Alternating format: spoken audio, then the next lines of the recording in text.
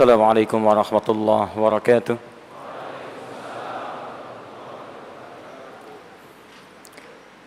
Alhamdulillahi wa kafa.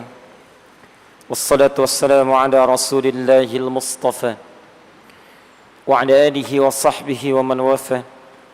Amma ba'd. Faya ibadallah, usi nafsi wa iyyakum bitaqwallahi faqad fazal muttaqun. Fala tamutunna illa wa antum muslimun. فقال تعالى يا أيها الذين آمنوا اتقوا الله حق تقاته ولا تموتن إلا وأنتم مسلمون وقال يا أيها الناس اتقوا ربكم الذي خلقكم من نفس واحدة وخلق منها زوجها وبث منهما رجالا كثيرا ونساء واتقوا الله الذي تساءلون به والأرحام Innallaha kana 'alaikum raqiba.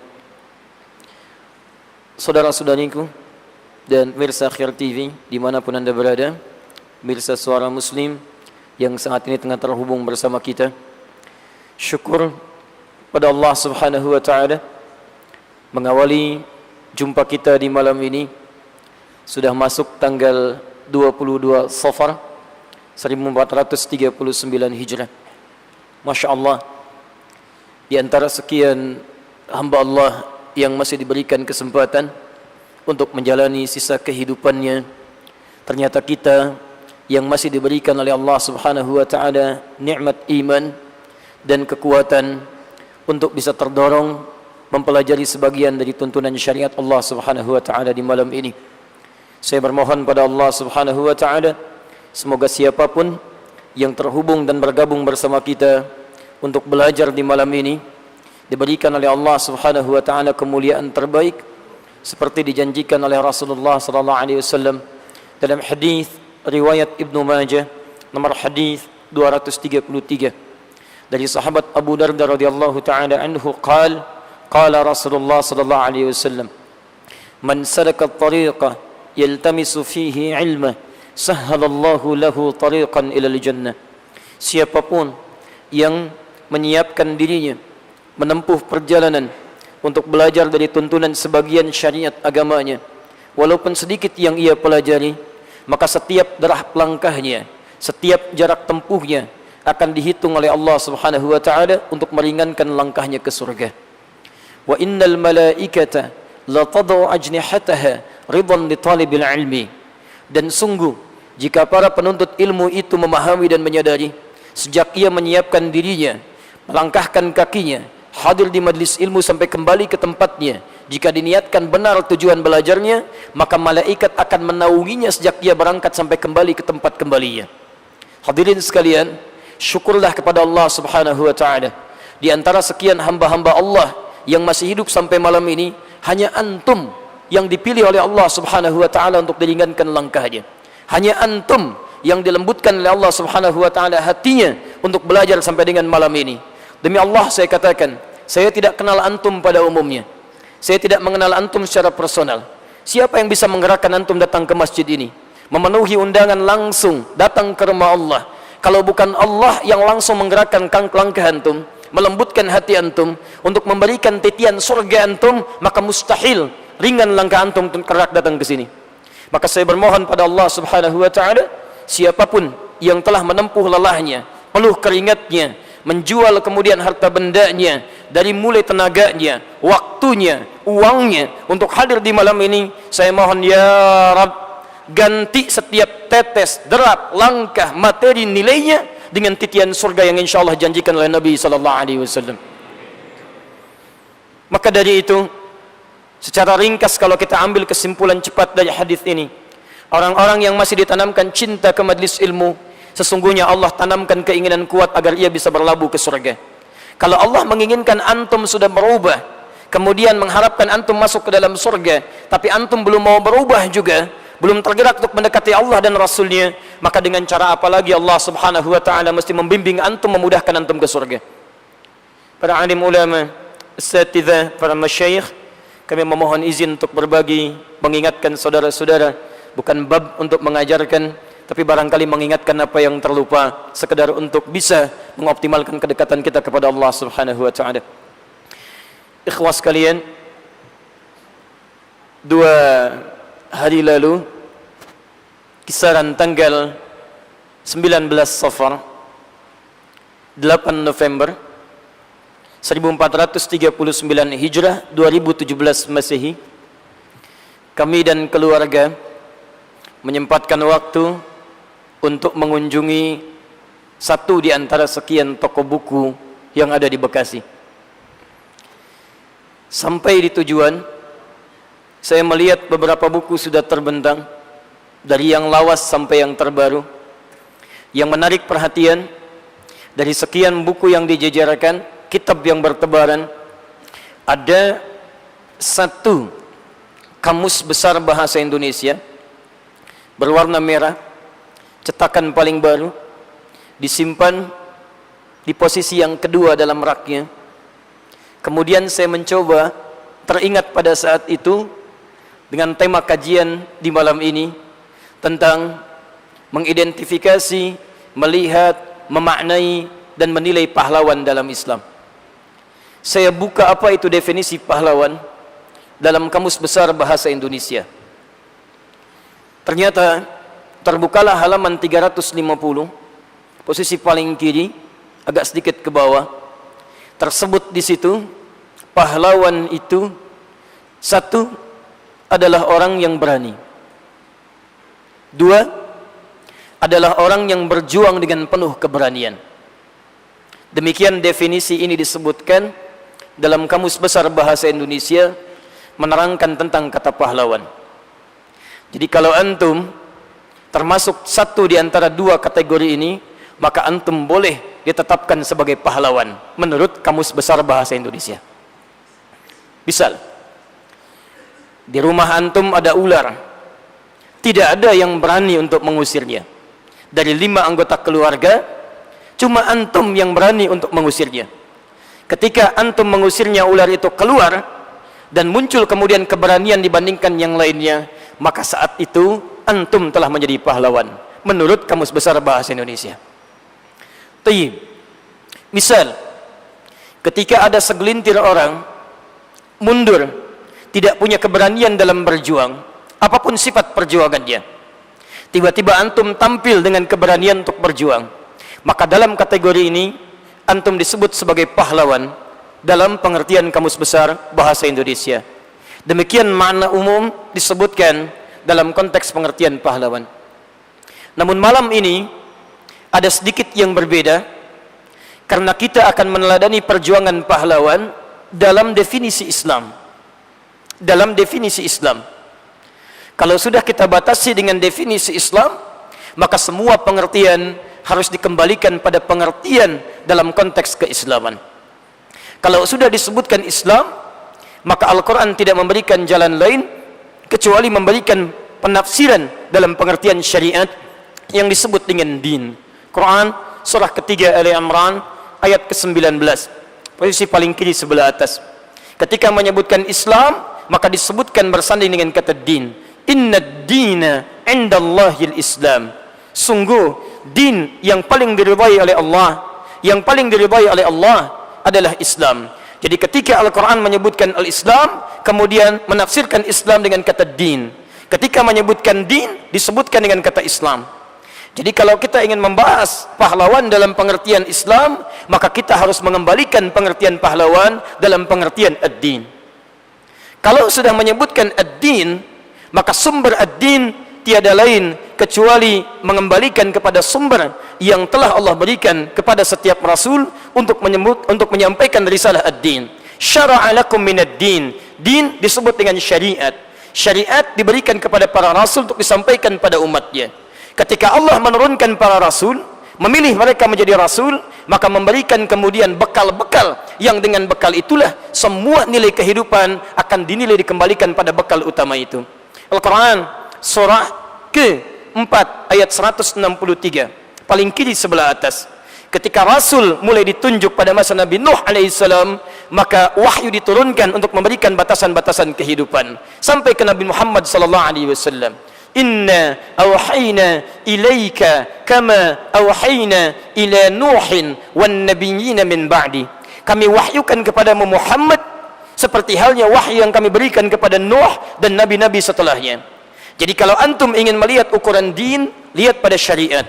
Kalau antum ingin melihat ukuran syariat, lihat pada wahyu.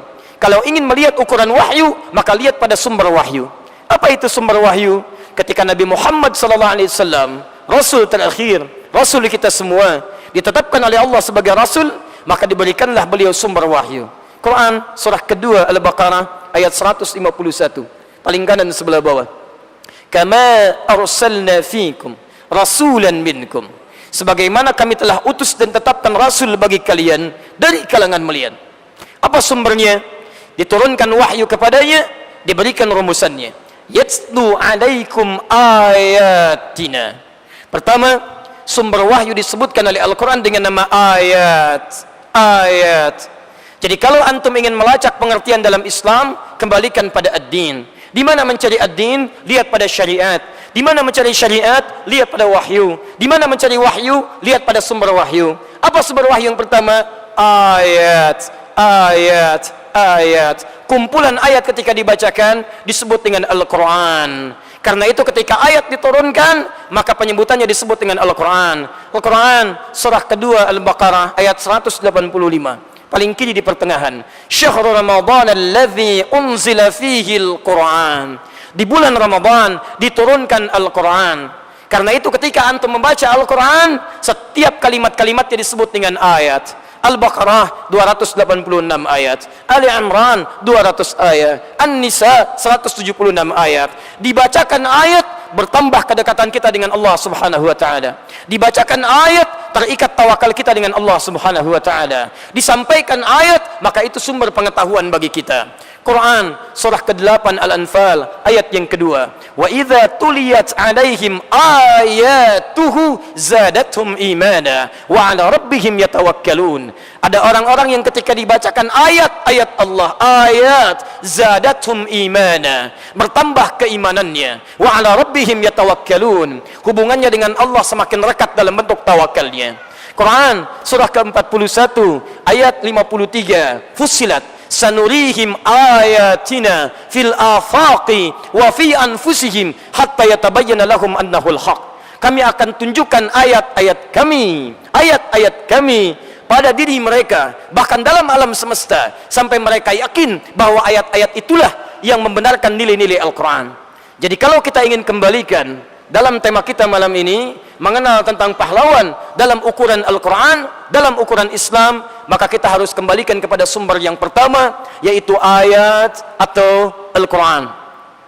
Kita akan lihat apakah pengertian pahlawan dalam Al-Quran sama dengan pengertian dalam Kamus Besar Bahasa Indonesia, atau ada batasan-batasan yang kemudian kita harus sesuaikan dan dengan itu kita amalkan sampai selesai pertemuan kita di malam ini.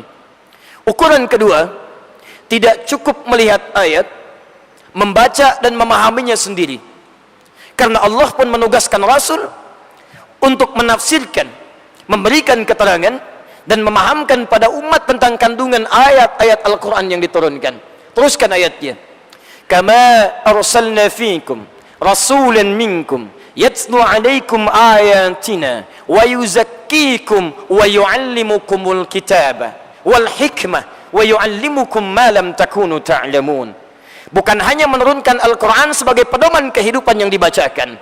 Kata Al-Quran, kami tugaskan Rasul untuk membersihkan jiwa-jiwa manusia, yang bila jiwanya bersih maka akhlaknya akan mulia. Hadis riwayat Al-Baihaqi nomor hadis 1010, dikatakan dalam kalimatnya, qala Rasulullah sallallahu alaihi wasallam, innama bu'itsu li utammima salihal akhlaq. Tidaklah aku diutus di antara tugas utamanya untuk memperbaiki akhlak yang mulia. Wa yuzakkikum. Apa setelah itu? Lihat baik-baik. Wa yuallimukumul kitab. Mengajarkan kandungan Alkitab, yaitu Al-Quran. Pengajaran Nabi tentang Al-Quran disebut dengan hadis, prakteknya disebut dengan sunnah. Jadi kalau antum ingin mengukur apa makna pahlawan dalam Islam yang dituliskan dalam spanduk kita malam ini, maka antum harus kembalikan pada pengertian Al-Quran, pada pengertian sunnah Rasulullah sallallahu alaihi wasallam. Saking pengertinya, saking pentingnya dua sumber ini, pengertian Al-Quran dan sunnah Nabi, maaf, bukan hanya saat Rasulullah sallallahu alaihi wasallam dilahirkan dan ditugaskan menjadi rasul, tapi dua tugas ini sudah dimintakan oleh dua orang nabi dan rasul, bahkan jauh sebelum Nabi Muhammad SAW dilahirkan. Jadi kembali kepada Al-Quran dan Sunnah, saking pentingnya, jangankan Nabi Muhammad yang menyampaikan, 30 generasi sebelum Nabi dilahirkan sudah hadir dua Nabi dan Rasul untuk memohon kepada Allah supaya muncul di kemudian hari seorang Nabi yang membawa tugas menyampaikan risalah wahyu Al-Quran dan Sunnah. Quran surah kedua Al-Baqarah ayat 129, paling kiri sebelah atas. Cepat. Nabi Ibrahim dan Nabi Ismail alaihi wassalam ketika selesai meninggikan bangunan Ka'bah, maka keduanya berdoa di samping Ka'bah. Di antara doanya, Quran surah kedua ayat 129. Perhatikan kalimatnya. Rabbana wab'ath fihim rasulan minhum yatlu 'alaihim ayatika wa yu'allimuhumul kitaba wal hikmah wa yuzakkihim innaka antal azizul hakim. Ya Rabb, mohon nanti utus seorang rasul yang terlahir di sekitaran penghuni Ka'bah ini. Tidak ada satupun rasul yang dilahirkan di dekat Ka'bah kecuali Nabi Muhammad SAW. Nabi Ismail lahir di Kan'an, Palestina. Kemudian dibawa di Ka'bah sampai meninggal di sekitarannya. Dibawa, ditinggalkan oleh ayahandanya. Quran surah 14 ayat 37. Ditengok kembali, bertugas berdua, wafat di situ. Tapi yang lahir di sekitaran Ka'bah hanya Nabi Muhammad SAW. Datang antum ke Mekah, datang kemudian ke dekat Ka'bah, lewat dari Zamzam, sebelah kanan ada Jabal Qubais, ada istana raja, sampingnya kemudian jalan antum. Saya gambarkan supaya kelihatan. Kelihatan insyaallah? Belum ya, belum saya gambar Pak ya, Masya Allah. Kekuatan iman tetap realistis ya. Bismillah, ini Zamzam, ini Jabal Qubais, Taib, ini Safwa. Antum keluar dari sini, masuk pintu yang ini ada pos security, ada CCTV kamera satu di sini, ada penjaganya, pakaiannya coklat satu polisi di sini. Lurus, ada tiang lampu satu yang besar. Dulu ada yang kecil, sekarang sudah hilang. Taib. Ini konon dalam sejarah disebut dengan rumahnya Abu Jahal di sini. Kemudian geser ke sini, lurus kisaran 100 meter. Di sini arah Al-Mahbas Al-Jin, ada terminal di sini. Di sini ada tempat ngambil air Zam-Zam. Kalau antum ingin ngambil air Zam-Zam dengan menggunakan jirigen, ambilnya dari sini. Jangan ngambil keran dari sebelah sini dekat masjid, terlalu lama antum ngambil. Ada orang ingin ngambil dari situ, ada orang ingin wudu, antum ambil dari sini. Lancar, bebas, jaya, ambil dari sini. Sampingnya kisaran 5 meter. Di sini ada bangunan warna krem. Kemudian tertulis Al-Maktabah Al-Qadimah, museum, perpustakaan yang lama. Maka disinilah kata para sejarawan tempat Nabi SAW dilahirkan. Tayyib, tarik garis ke sini. Kemudian ada tangga di sini, ada eskalator, ada penjaganya, kursinya warna merah. Ini pakai jubah warna putih. Di sini yang pakai petugas warna coklat. Turun, ini ada tangga, naik pintu lewat Babus Salam. Pintu ini masuk ke gerbang Sa'i. Di sini pintu Babu Ali, sini Babus Salam. Tarik lurus ke sini, melewati Bukit Sofa, tembusnya Ka'bah. Ini Ka'bah, ini tempat lahirnya Nabi Muhammad SAW. Tidak ada Nabi yang dilahirkan di sekitaran Ka'bah kecuali Nabi Muhammad SAW. Karena itu kata para ulama tafsir, ketika Nabi Ibrahim dan Nabi Ismail kemudian selesai meninggikan bangunan Ka'bah, berdoa di samping Ka'bah, doanya memohon kedatangan Nabi Muhammad SAW membawa misi menyampaikan risalah Al-Quran dan sunnah Rasulullah SAW. Saking pentingnya melihat rujukan dalam Al-Quran, pentingnya melihat tuntunan dalam sunnah, sampai dimohonkan oleh dua orang Nabi dan Rasul 29 sampai 30 generasi sebelum kedatangannya. Muhammad SAW bin Abdullah bin Abdul Muttalib bin Hashim bin Abdul Manaf bin Qusay bin Murrah bin Kilab bin Ka'b bin Ghalib bin Fihr bin Malik bin Nadar bin Kinana bin Khuzaimah bin Mudrikah bin Ilyas alaihissalam bin Nizar bin Mudar bin Ma'ad bin Adnan bin Addi bin Adri bin Muqawwam bin Nahur bin Tarikh bin Ya'rub bin Yasjub bin Nabit bin Ismail alaihissalam bin Ibrahim alaihissalam. 30 generasi. Bayangkan, saking pentingnya merujuk pada referensi Al-Quran, pada tuntunan sunnah Rasulullah SAW, selevel Nabi Ibrahim Khalilullah, Nabi Ismail yang halim memohon kepada Allah Subhanahu wa taala. Dan ketika permohonan itu dikabulkan, dua nabi ini sudah tiada dalam kehidupan di muka bumi. Bayangkan, dua orang nabi, dua orang rasul bermohon kepada Allah, dikabulkan 30 generasi setelahnya, orangnya tidak ada. Bermohon, antum bukan nabi, bukan rasul, antum bukan khalilullah. Tidak ada ayat turun dalam Quran menyebut antum halim. Surga antum belum terjamin, hisab masih menegangkan, amalan berantakan. Sudah antum tidak menemukannya, yang paling hebat cuman antum yang dipilih untuk mendapatkan Al-Quran dan sunnahnya. Dua nabi memohon, tidak mendapatinya. Antum tidak memohon, diberikan dua sumber itu. Kalau Allah sudah berikan pada antum tanpa antum memohonnya, dan antum tidak kembali kepada dua sumbernya, dengan cara apa lagi Allah harus mengajarkan antum untuk mau mengambil dari referensi Al-Quran dan sunnah Nabi SAW. Allahumma salli wa sallim wa barik alaihi. Tayyib. Saya ingin tegaskan dulu, ketika saya menyebutkan Islam dan kita ingin menggali di dalamnya, maka kita harus merujuk pada ketentuan sumber utama ini menurut penafsiran para ulama kita. Kenapa menurut penafsiran para ulama? Karena Nabi pun menegaskan innal ulama'a warathatul anbiya. Dan sungguh para ulama itulah pewaris para nabi. Sekarang nabinya sudah tidak ada, mustahil antum mengambil sunnah dari nabi sedangkan nabinya tidak ada. Maka dari mana mengambilnya? Kita harus terus runtutkan dari orang-orang yang disebutkan oleh Nabi sallallahu alaihi wasallam memiliki sanad kepada Nabi sallallahu alaihi wasallam, dan itulah yang disebut dengan para ulama. Hadirin ikhwah sekalian, Imam Muslim memuat satu bab khusus tentang pentingnya merujuk referensi seperti ini dalam kitab Sahih Muslim ya, Syarah Imam An-Nawawi jilid yang pertama halaman 119 paling kiri sebelah atas, cetakan Darul Hadis yang saya punya tahun 2002, warnanya biru dongker. Saya beli 26 Juli tahun 2006 di Husainiyat Kairo. Tayyib, dibuka babnya dengan babul isnadi minad-din, bab merujuk pengetahuan yang bersumber dari ketentuan agama. Itu bagian terpenting dalam ad-din. Jadi kalau salah kita belajarnya, maka akan keliru dalam praktek ibadahnya. Sekarang kita akan lihat apa pengertian pahlawan di dalam Al-Quran dan hadis. Bagaimana para ulama kita dulu memahami keterangan pahlawan dalam Al-Quran dan hadis. Dan yang terakhir, seperti apa pahlawan-pahlawan kita di Indonesia ini yang bahkan dikukuhkan sebagai pahlawan nasional, berjuang mewujudkan NKRI, apakah sekedar memenuhi tuntunan dan tuntutan seperti di Kamus Besar Bahasa Indonesia, atau jangan-jangan mereka kemudian merujuk pada Al-Quran dan hadis sampai Allah abadikan dengan nilai pahlawan itu sampai dengan kini.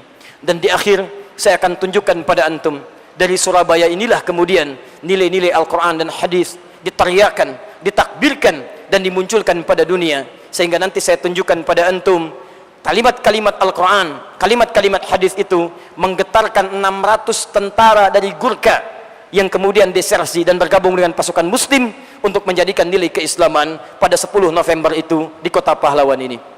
Tayyib, itu muqaddimahnya. Sekarang mari kita mulai bahasannya.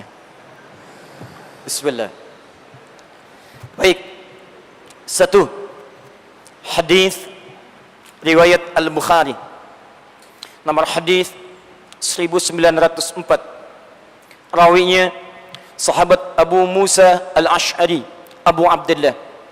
Kalau ingin gampang, cari kitab Riyadhus Shalihin. Kalau Al-Bukhari terlalu panjang, cari di Riyadhus Shalihin di jilid yang pertama, bab yang pertama, babul ikhlas wa ihdarun niyah, nomor hadis yang ke-8.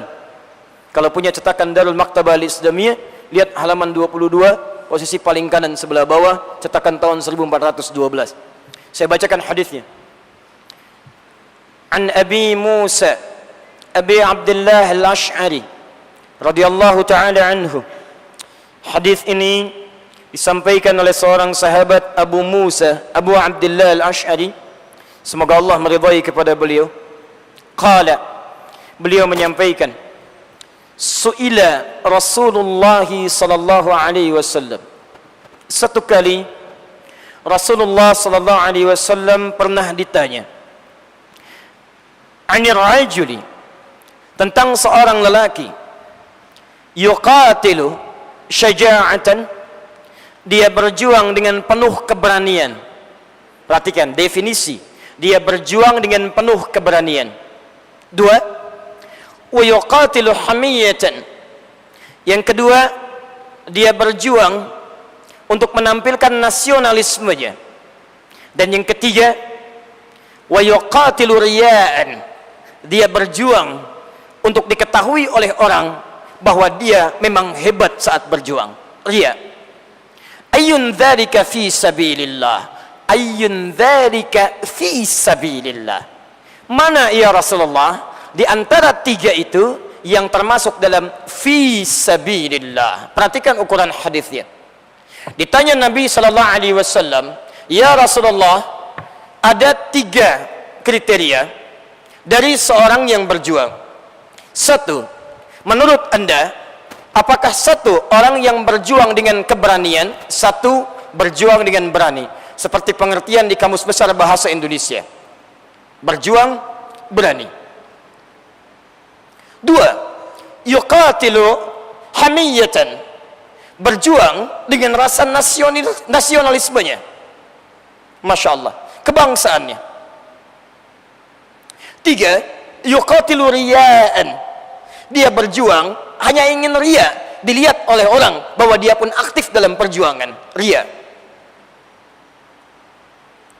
3 pernyataan ini kemudian ditanyakan oleh para sahabat dengan satu ukuran, dan dengan ukuran inilah yang membedakan ukuran Nabi dengan ukuran di luar Nabi, ukuran syariat dengan ukuran di luar syariat. Lebih tegasnya, ukuran Islam dengan ukuran di luar Islam. Apa ukurannya? Ayyun dzalika fi sabilillah. Kata sahabat ini, "Ya Rasulullah, mana di antara tiga itu yang masuk dalam kategori fi sabilillah, sabilullah?" Masya Allah.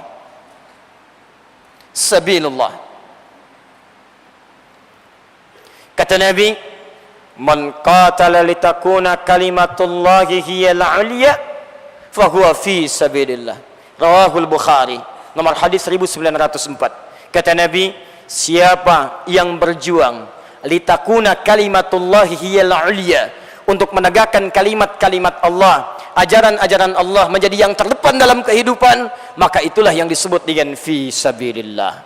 Tayyib, ikhwas sekalian, ternyata gambaran pahlawan dalam Islam tidak sekedar seorang yang berjuang dengan keberanian, tidak sekedar orang yang berjuang untuk menumbuhkan sifat nasionalismenya, tapi lebih daripada itu, orang yang disebut pahlawan dalam syariat Islam, satu, adalah orang yang dalam perjuangannya selalu melekatkan kalimat fi sabilillah. Ini poinnya. Jadi kalau kita simpulkan pengertian yang pertama, awas kita belum turunkan. Seseorang disebut pahlawan dalam Islam dalam titian aktivitasnya, apapun yang ia kerjakan, jika semua pekerjaan itu kemudian diarahkan pada kepentingan sabilillah, ditujukan untuk kepentingan risalah Allah subhanahu wa ta'ala yang disampaikan kepada para rasulnya. Jadi kalau kita ambil pengertian umum, pekerjaan apapun yang antum kerjakan, antum lakukan dalam bentuk perjuangan, dan antum kemudian lakukan karena Allah subhanahu wa ta'ala dalam pengertian yang umum, maka itu yang disebut dengan sabilullah, dan itu yang disebut dengan pahlawan dalam Islam. Sekalipun maaf, misal tidak disebutkan antum dalam sejarah yang dipelajari, tidak tertulis nama antum di makam pahlawan, tidak disebutkan nama antum dalam tulisan-tulisan kenegaraan sebagai pahlawan, antum ikuti nilai ini, maka nama antum dituliskan di langit sebagai pahlawan dalam risalah Islam. Jelas sampai sini? Tayyib, ini pengertian yang pertama. Nah, selanjutnya nanti kita akan lihat apakah kemudian turunan-turunan dari sabilullah ini memiliki makna yang khusus atau memiliki makna yang umum, dan bagaimana kaitannya pengertian sabilullah dengan pemanfaatan jihad para ulama di Nusantara ini sampai munculnya negara kesatuan Republik Indonesia. Apakah kalau kita mengikuti sabilullah dunia akan didapat, atau kalau kita tidak mengikutinya hanya mendapatkan dunia dan tidak mendapatkan bagian dari akhiratnya? Saya ingin berhenti sejenak untuk berkonsultasi dulu, apakah kemudian kita akan ambil jeda untuk isya, atau kemudian kita teruskan dan kita kemudian baru detilkan. Tayyib, kami mendapat keterangan, insyaallah kita akan menunaikan salat isya jam 18 lewat 40. Ya, jadi ada kisaran 4 menit atau 6 menit ke depan.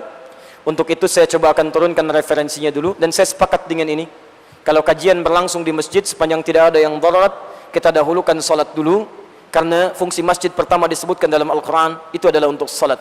Boleh jadi ada orang di jalan datang ke masjid ini tidak berniat untuk mengikuti kajian, tapi berniat untuk menunaikan salat. Kami khawatir ketika dia akan salat kita tidak menunaikan, dia pergi dari sini, di jalan dia kemudian mendapati mautnya, dan siapakah yang menanggung dosanya? Karena itu, untuk sementara ada 4-5 menit ke depan, saya akan tuliskan dulu referensi dari Al-Quran tentang fi sabilillah. Setelah itu saya berhenti, kita kemudian tunaikan salat Isya berjamaah. Sepakat sampai sini? Tayyib, bismillah. Tayyib. Ustaz, apakah menghapus bagian dari fi sabilillah? Tidak ada masalah, mending hapus saja. 1. Saya turunkan dulu, dan saya selesai setelah ini, kemudian kita baru bahas turunan detailnya. Kalimat fi sabilillah disebutkan dalam Al-Quran sebanyak 45 kali di 42 ayat di 13 surah. 1 disebutkan dalam surah Makkah, yaitu di Quran surah ke-73 Al-Muzammil ayat ke-20, dan sisanya 12 surahnya adalah Madaniyah. Kita turunkan dari 45 penyebutan ini, kita bagi kepada 3 bagian sampai 4 bagian saja. Bagian pertama, kita ambil perjuangan dengan berjihad secara fisik. Quran surah ke-2 Al-Baqarah ayat 190. Kemudian yang berjuang seperti ini akan diabadikan jasadnya sampai di alam kuburnya. Quran ayat surah ke-2 ayat 154, diberikan kenikmatan di alam kuburnya. Quran surah ke-3 ayat 169 sampai dengan 171-nya.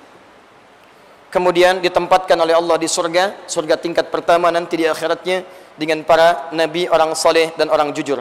Quran surah ke-4 ayat 69-nya. Golongan yang kedua adalah golongan diantaranya orang yang berinfak untuk mensupport para pejuang ini diantaranya. Quran surah ke-2 Al-Baqarah ayat 261 sampai dengan 263. Dorongannya bisa diberikan juga di Quran surah ke-2 ayat 215. Jika masuk ke keluarga ada di Quran surah ke-4 ayat 34.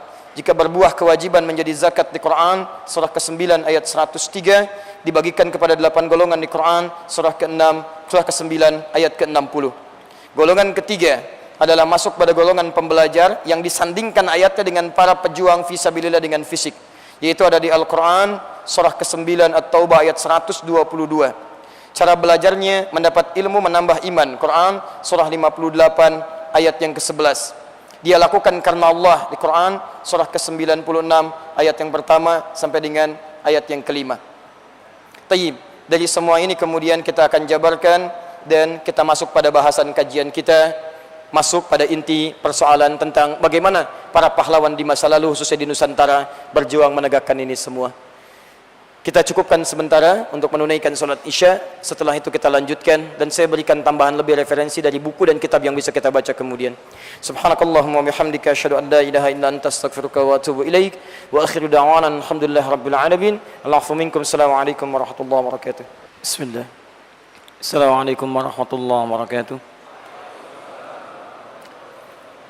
Alhamdulillah wassalatu wassalamu ala Rasulillah wa ala alihi wa sahbihi wa mawalah. Wa ba'd. Ikhwas sekalian, kita telah menunaikan solat Isya berjamaah.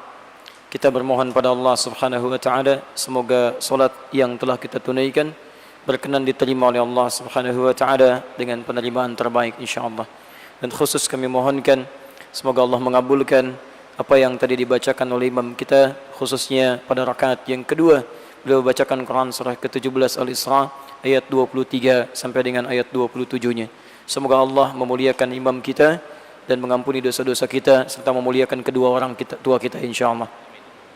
Baik, sebelum kami lanjutkan, saya ingin memberikan himbauan bagi teman-teman yang hadir di sekitaran agar bisa menempati posisinya dengan nyaman. Saya lihat masih ada sebagian yang berdiri. Kalau bisa diluaskan, alhamdulillah. Kalau tidak, barangkali berada di tempatnya dan duduklah dengan nyaman. Kalau memungkinkan ada air, bisa dibagikan airnya atau yang mengambil dari bawah tadi, supaya bisa berjalan dengan baik dan barangkali bisa mengobati sedikit kehausan. Kalau kurang bisa didapatkan, insyaallah kami yang ganti untuk airnya. Tadi saya dengar ada yang dari Malaysia, tolong nanti panitia kabari, saya akan ganti tiketnya untuk datang dan pulang insyaallah. Semoga dengan itu Allah muliakan antum insyaallah. Baik, kita lanjutkan. Pertama, seorang bisa disebut pahlawan dalam Islam bila dia memiliki kriteria-kriteria yang disebutkan dalam Al-Quran dan hadis Nabi sallallahu alaihi wasallam. Dan kriteria ini terbuka, tidak hanya terkhususkan di satu zaman, tapi bisa berganti waktu dan bisa berganti generasi. Setiap orang bisa berpeluang masuk dalam kategori ini. Jadi kalau antum ingin disebut pahlawan dalam Islam, disebut pahlawan oleh Al-Quran, disebut pahlawan oleh Nabi SAW, maka masuklah dalam kategori-kategori yang dimaksudkan dan teladani bagaimana pahlawan di masa lalu memberikan petunjuk kepada kita. Orang disebut pahlawan oleh kalangan dunia, bangganya luar biasa.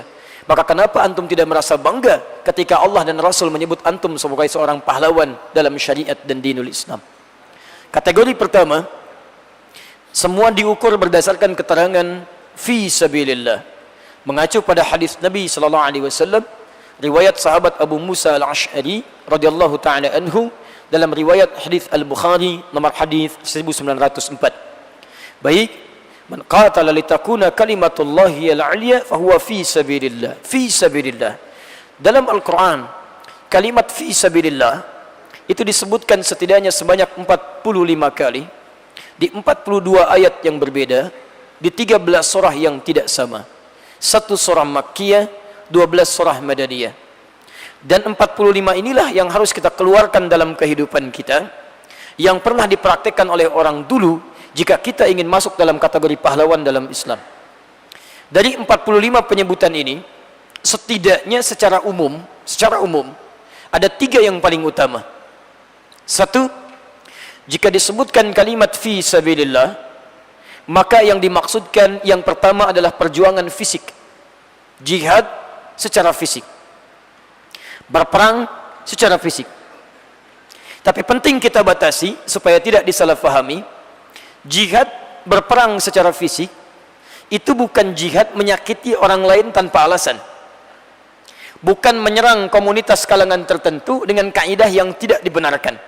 Hati-hati, jangan sampai antum berniat melukai orang lain, menghancurkan komunitas dengan mengatasnamakan jihad. Itu hal yang tidak dibenarkan. Awas, bahkan ancamannya tinggi. Quran surah keempat misalnya An-Nisa ayat 92.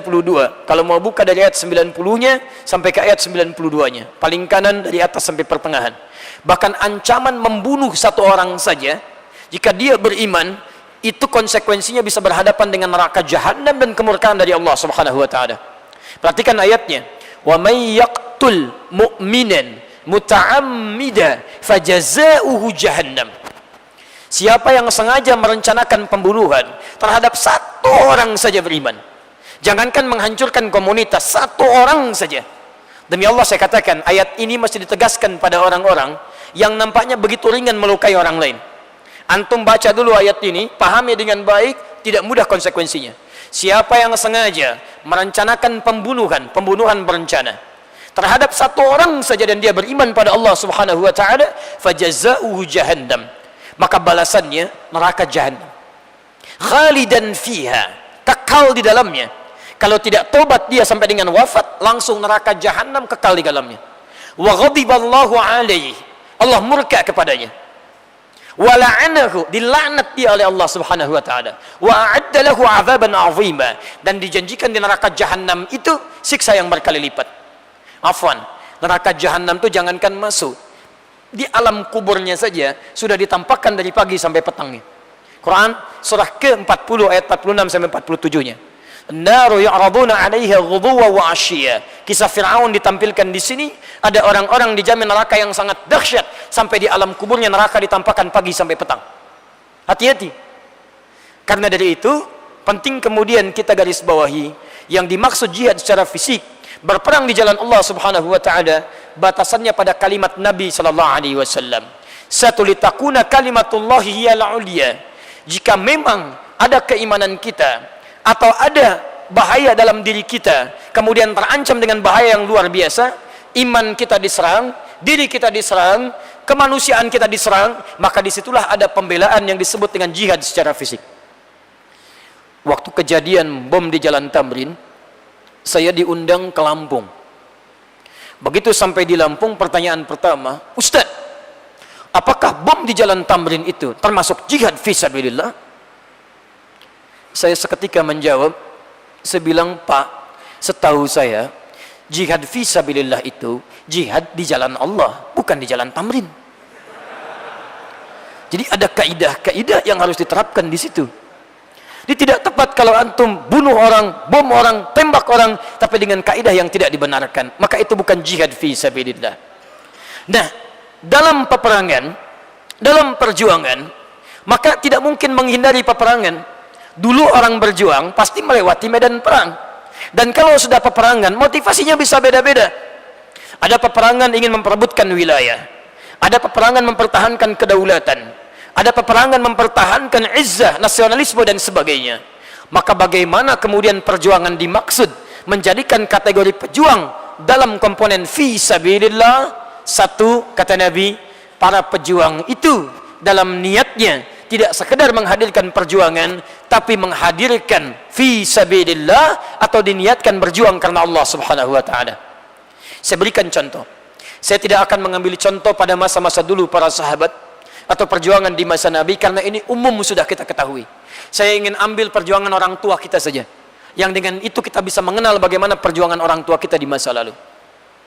Saat Portugis datang ke Nusantara tahun 1511 melewati Selat Malaka, setelah terjadi perjanjian Tordesillas pada tahun 1492, 1494 Paus Alexander yang ke-6 kemudian menetapkan dunia dibagi pada dua bagian. Barat diserahkan pada Spanyol, timur diserahkan pada Portugis. Maka berangkatlah kemudian armada Portugis. Tujuan asalnya itu mencari rempah-rempah untuk menebarkan nilai-nilai yang mereka yakini dengan misi 3G. Sekarang sudah 4G, dulu 3G. Ya. G-nya gold pertama, glory, ketiganya gospel. Datang mereka, awalnya salah, datang ke India.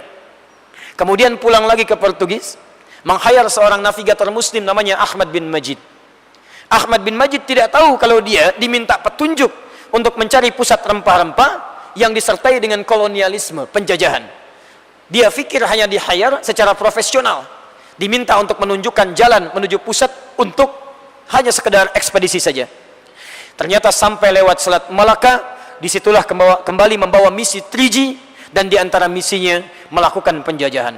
Secara singkat, setelah masuk lewat Selat Malaka, ingin juga menguasai Batavia. Maka datanglah mereka ke Batavia, membuat blokade-blokade, memonopoli pelabuhan-pelabuhan yang pada saat itu penguasanya, otoritasnya sedang dipimpin oleh orang-orang Islam dengan segala kesultanannya. Maka datang mereka dengan sifat yang tidak biasa. Maaf teman-teman, dulu di Nusantara Hindu sudah ada, Buddha sudah ada. Ketika kesultanan Islam ada, kekuasaan Islam ada, tidak ada masalah dalam muamalah. Interaksi biasa-biasa saja. Mereka saling bermuamalah, saling berbisnis, saling memberi, saling membantu. Bahkan jangan salah, kerajaan Islam yang pertama kali, kerajaan pertama kali yang ada di Nusantara itu kerajaan Islam, Samudra Pasai. Dibangun atau didirikan tahun 1275. Majapahit itu belakangan setelah itu, 1296 dia baru didirikan. Jadi kerajaan Islam duluan, baru kemudian Majapahit setelah itu yang ada di Mojokerto. Tapi yang ingin saya sampaikan, semua berjalan harmoni, damai. Yang jadi masalah ketika Portugis datang, monopoli diberlakukan. Datang bukan dengan barter. Masa dulu kalau ingin bisnis, barter. Dari Cina datang, bawa Gucci, bawa sutra, bawa macam-macam, sini kasih rempah-rempah, damai. Portugis datang, bawa senjata. Anda tidak ikut saya habisi. Anda tidak ikut aturan saya kemudian kuasai. Maka ketika datang direbutlah kemudian Sunda Kelapa, Batavia dikuasai, dan kesulitan pada saat itu didapati. Ada orang yang tereksekusi, ada orang teraniaya. Pada saat itulah kemudian diberikan perintah oleh seorang bernama Syarif Hidayatullah kepada menantunya bernama Fathullah yang menikah dengan salah seorang putrinya. Saya turunkan dulu nasabnya sampai kita tahu sampai dengan kisahnya. Boleh saya hapus? Alhamdulillah. Alhamdulillah. Hadis riwayat Muslim nomor hadis 1893. Man dalla ala khairin falahu ajruhu mithla ajri fa'ilih min ghairi an yanqusa min radhihi syai'. Siapa yang menunjukkan, memfasilitasi, membantu pada kebaikan, maka dia dapat pahala yang sama dengan yang mengerjakan tanpa dikurangi sedikit pun. Masya Allah. Ya, mudah-mudahan pahala yang menghapus sama dengan yang menuliskan. Baik. Tapi tidak menghapus apa yang penting yang tidak minta saya hapus. Ya. Semoga Allah ampuni dosa-dosanya insyaallah. Baik, bismillah. Jazakumullah khair. Baik. Lihat sini. Saya kasih contoh yang pertama, fi sabilillah berbentuk jihad, berjuang secara fisik dengan kaidah yang dibenarkan. Objeknya Sunda Kelapa, Batavia, kemudian dikenal dengan itu. Tayyib yang menguasai kemudian Portugis. Bukan sekedar menguasai, datang membawa ekspansi, datang mengeksekusi, datang memonopoli. Banyak orang teraniaya. Maka disitulah kemudian ketika orang-orang terancam dengan kemanusiaannya, dengan keimanannya, bukan hanya orang Islam, ada juga non-muslim sekitarannya dan seterusnya yang mengalami penindasan, maka disitulah diberikan titah oleh Sultan Syarif Hidayatullah. Siapa Syarif Hidayatullah ini? Syarif Hidayatullah adalah anaknya Syarif Abdullah. Siapa Syarif Abdullah ini? Syarif Abdullah ini adalah satu di antara anak Ahmad Jumadil Kubra, Syekh Ahmad Jumadil Kubra. Syekh Ahmad Jumadil Kubra ini adalah satu di antara 9 pakar, di antara 9 alim minal ulama yang dekat dengan Allah, diutus oleh Sultan Muhammad yang pertama datang ke Nusantara untuk membantu perkembangan nilai keislaman di wilayah Jawa. Beliau punya 2 orang anak. Anak pertama bernama Maulana Ishaq, anak kedua bernama Syarif Abdullah. Maulana Ishaq nanti ini yang dibawa, dan dari sini nanti melahirkan keturunan-keturunan termasuk ulama, termasuk pendiri 2 ormas terbesar di Indonesia.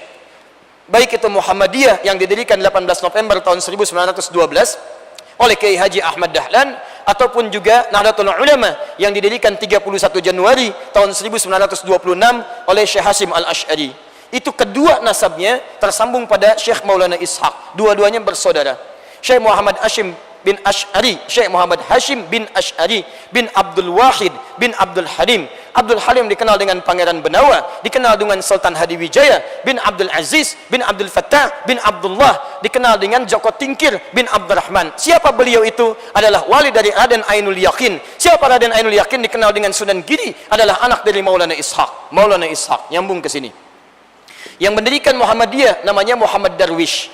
Syekh Muhammad Darwish belajar sama-sama, asalnya di Semarang pada Kiai Haji Soleh Darat dengan Syekh Muhammad Hashim bin Asy'ari. Kemudian berangkat keduanya ke Mekah, belajar pada Syekh Ahmad Khatib Al-Minangkabawi. Kemudian pulang berganti nama menjadi Kiai Haji Ahmad Dahlan bin Kiai Haji Abu Bakar bin Kiai Sulaiman bin Kiai Ilyas bin Demang Jurang Juru Kapindo bin Demang Jurang Juru Sapisan bin Kiai Gerbak bin Kiai Gerbak. Siapa Kiai Gerbak? Bin Maulana Ishaq. Nyambung ke sini. Siapa Maulana Ishaq? Anak Syekh Ahmad Jumadil Kubra.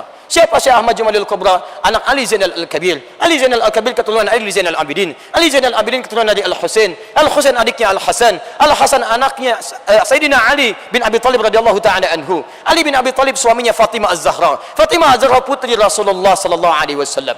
Muhammad bin Abdullah bin Abdul Muttalib bin Hashim bin Abdul Manaf bin Qusay bin Murrah bin Kilab bin Kab bin Ghalib bin Fihr bin Malik bin Nadar bin Kinana bin Khuzaimah bin Mudrika bin Ilyas alaihissalam bin Nizar bin Mudar bin Ma'ad bin Adnan bin Addi bin Adri bin Muqawwam bin Nahur bin Tariq bin Ya'rub bin Yasjub bin Nabit bin Ismail alaihissalam bin Ibrahim alaihissalam bin Azar atau bin Nahur bin Abir bin Kinan bin Arfakhshan bin Sam bin Nuh alaihissalam bin Mihlail bin Matushalah bin Kinan bin Anwas bin Thith bin Adam alaihissalam. Nyambung. 2 bersaudara. Syekh Ahmad Jumadil Kubra sampai sekarang makamnya masih ada. Ya, bahkan masjidnya dibangunkan dekat dengan arah ke makamnya. Di mana posisinya? Di Semarang. Kalau antum mau ke Semarang, jaraknya dari sini arah ke Semarang, sini arah ke Demak, di sini ada jembatan flyover, di sini kadang-kadang ada tampias dari dari laut, air ke sini, ya rembesan. Ini ada pompa di sini. Sebelum ke sini ada masjid, ya masjidnya warna hijau, kubahnya warna emas. Di sini ada 3 gerai ATM, CMB Niaga, Mandiri dengan BNI. Ini masjidnya. Geser ke sebelah kanan, di sini makamnya Syekh Ahmad Jumadil Kubra. Tayyib. Anak keduanya Syarif Abdullah. Syarif Abdullah tinggalnya di Mesir. Satu kali beliau kemudian berhaji, ya, ke Makkah Al-Mukarramah. Saat berhaji itulah bertemu dengan seorang perempuan namanya Syarifah Mudaim dengan kakaknya Abdullah Iman. Siapa Syarifah Mudaim? Siapa Abdullah Iman? Adalah keduanya anak dari Prabu Siliwangi.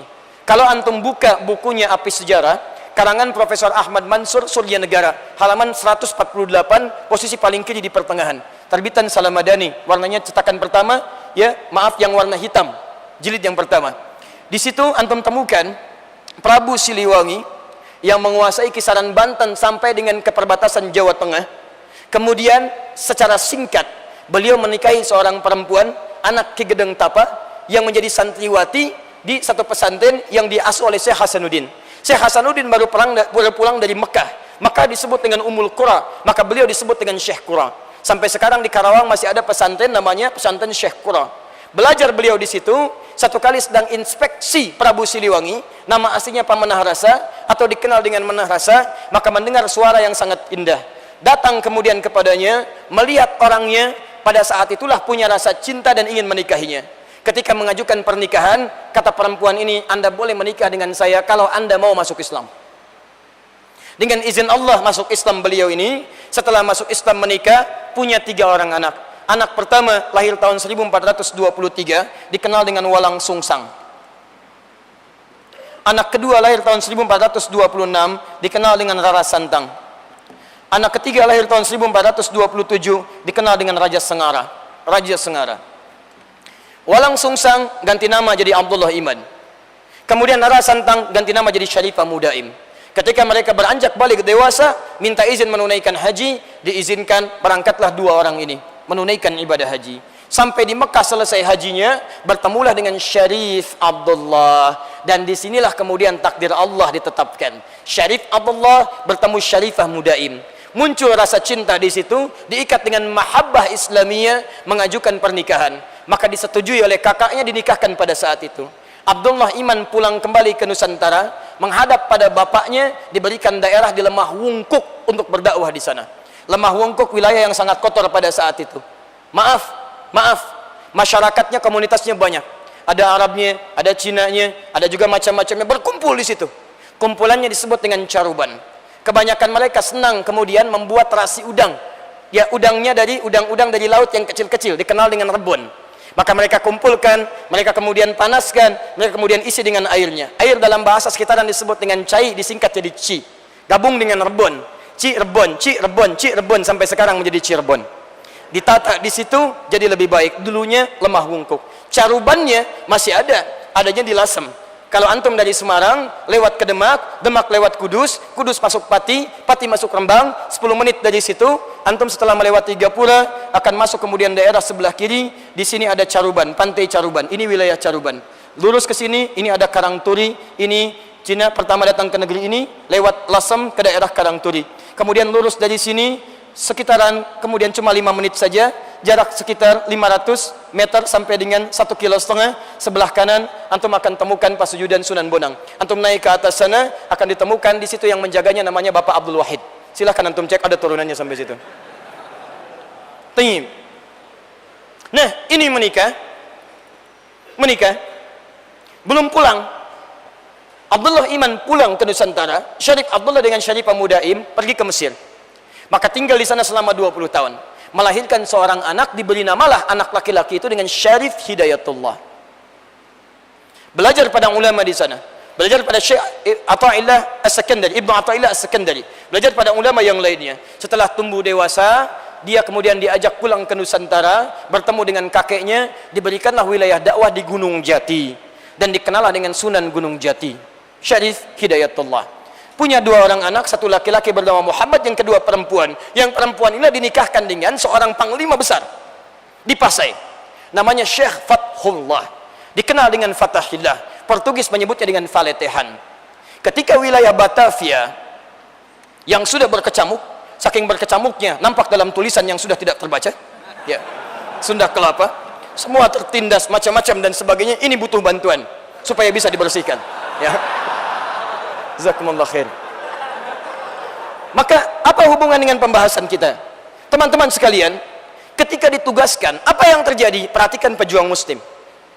Dia tidak mengatakan siap berangkat, siap laksanakan, bagus. Tapi lebih daripada itu, litakuna kalimatullahi hiyal aliyah. Maka dimintakan untuk memperbaiki niat dulu dalam perjalanan dan keberangkatannya, ditujukan untuk mendapatkan ridha Allah subhanahu wa ta'ala. Maka dia tarbiyah pasukannya, beliau dekatkan dengan Allah, beliau tunaikan salat sebaik-baiknya, kemudian berwudu dalam keadaan yang terbaik, berangkat dengan memiliki wudu, berangkat dengan bekal takwa karena Allah subhanahu wa ta'ala, dan berangkat dengan kalimat takbir Allahu Akbar, datang ke Batavia. Apa yang terjadi? Berhasil. Dibebaskanlah Batavia dari Portugis ini. Perhatikan hasilnya. Ketika dibebaskan ini, maka beliau sadar perjuangan ini mustahil bisa didapatkan jika bukan karena pertolongan Allah subhanahu wa ta'ala. Bagaimana bambu runcing bisa mengalahkan panah, bisa mengalahkan senjata-senjata otomatis yang pada saat itu dikenal mesiu itu salah satunya hanya bisa didapatkan dari senjata modern yang dimiliki oleh Portugis. Bagaimana panah bisa menghadapi itu? Bagaimana tombak bambu runcing bisa menghadapi itu? Tapi kaidah manusia tidak akan sanggup menjangkau ayat-ayat Allah. Wa ma ramaita idh ramaita walakinnallaha rama. Bukan kamu yang lempar, Allah yang hadirkan lemparan itu, menghadirkan kebaikan-kebaikan dan kemuliaan. Maka setelah ditaklukkan kalah Portugis, yang terjadi bukan sekedar kebahagiaan, tapi syukur pada Allah subhanahu wa ta'ala. Sadar dengan kalimat gak mungkin kalau Allah gak buka ini terjadi, maka dikembalikanlah kepada ayat karena beliau menghafal Al-Quran.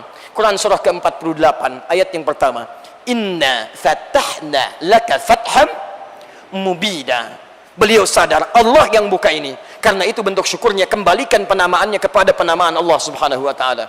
Pada saat itulah kemudian Sunda Kelapa diganti namanya kemudian teman-teman sekalian menjadi Fatham Mubina. Fatham Mubina kalau diterjemahkan dalam bahasa lokal adalah Jayakarta, disingkat menjadi Jakarta. Peristiwa itu terjadi bahkan sampai hari ini ditetapkan sebagai hari jadinya Jakarta, bulan Juni tahun 1527. Terjadi itu sampai sekarang peristiwa dibukanya Jakarta dari penjajahan Portugis sampai hari ini menjadi hari lahirnya Jakarta. Di hari Jumat pada saat itu terjadinya. Anda bisa bayangkan. Jadi orang Jakarta pun paham, ahli sejarah di Jakarta paham, mengerti bahwa Jakarta yang buka Allah subhanahu wa ta'ala. Dalam nama Jakarta ada Fatham Mubina, dalam nama Jakarta ada ridha Allah yang dibentangkan di dalamnya. Jadi pantas kalau para ulama, para kiai, asatidzah, para habaib, para syekh dan sebagainya tidak ridha jika di Jakarta ada maksiat. Tidak ridha jika di Jakarta ada hal-hal yang tidak Allah ridhai di dalamnya. Karena perjuangan menjadikan Jakarta berjuang dengan kalimat Allah subhanahu wa ta'ala. Nanti saya tunjukkan di Surabaya. Demikian pula dengan hal yang sama. Nanti saya tunjukkan di akhir. Baik. Jelas ya? Halo? Alhamdulillah ya. Jadi kalau Alexis ditutup, nggak usah marah. Ya. Kalau diniatkan sebagai bagian dari ibadah, itu jihadnya fi sabilillah. Baik ya, hanya satu Alexis yang nggak bisa ditutup, Alexis Sanchez, pemain Arsenal. Ya. Nah itu. Bismillah. Saya hafal, saya baca, saya senang baca. Ya. Cuma saya tidak pernah nonton yang demikian. Saya hafal. Pertama sekarang Manchester City, ya tidak pernah kalah. Seri cuma sekali, menang terus sekarang. Ya, pelatihnya Pep Guardiola. Saya hafal. Ya, yang keduanya kemudian ada Manchester United, ya kalah sekali, seri satu kali, kemudian menang seterusnya. Saya paham itu. Tottenham Hotspur saya paham, ya bahkan top skornya Roy Keane saya ngerti. Kemudian di Spanyol Barcelona sekarang nomor 1, ya Madrid posisinya 3 karena kemarin 3 kali kekalahan beruntun. Saya hafal itu. Baik. Prancis PSG Neymar dari Madrid dari Barcelona asalnya, dia transfer 222 juta. Saya tahu itu. Ya Pirlo baru pensiun, saya tahu. Udah kembalikan ke sini. Tapi maaf, saya nggak pernah nonton. Teruskan. Nah, ini contoh pertama, jihad fisabilillah dengan fisik. Taib. Jihad dengan fisik. Orang-orang yang berjihad seperti ini, maka Allah muliakan, tertulis nama pahlawannya bukan hanya di bumi, tapi di langit.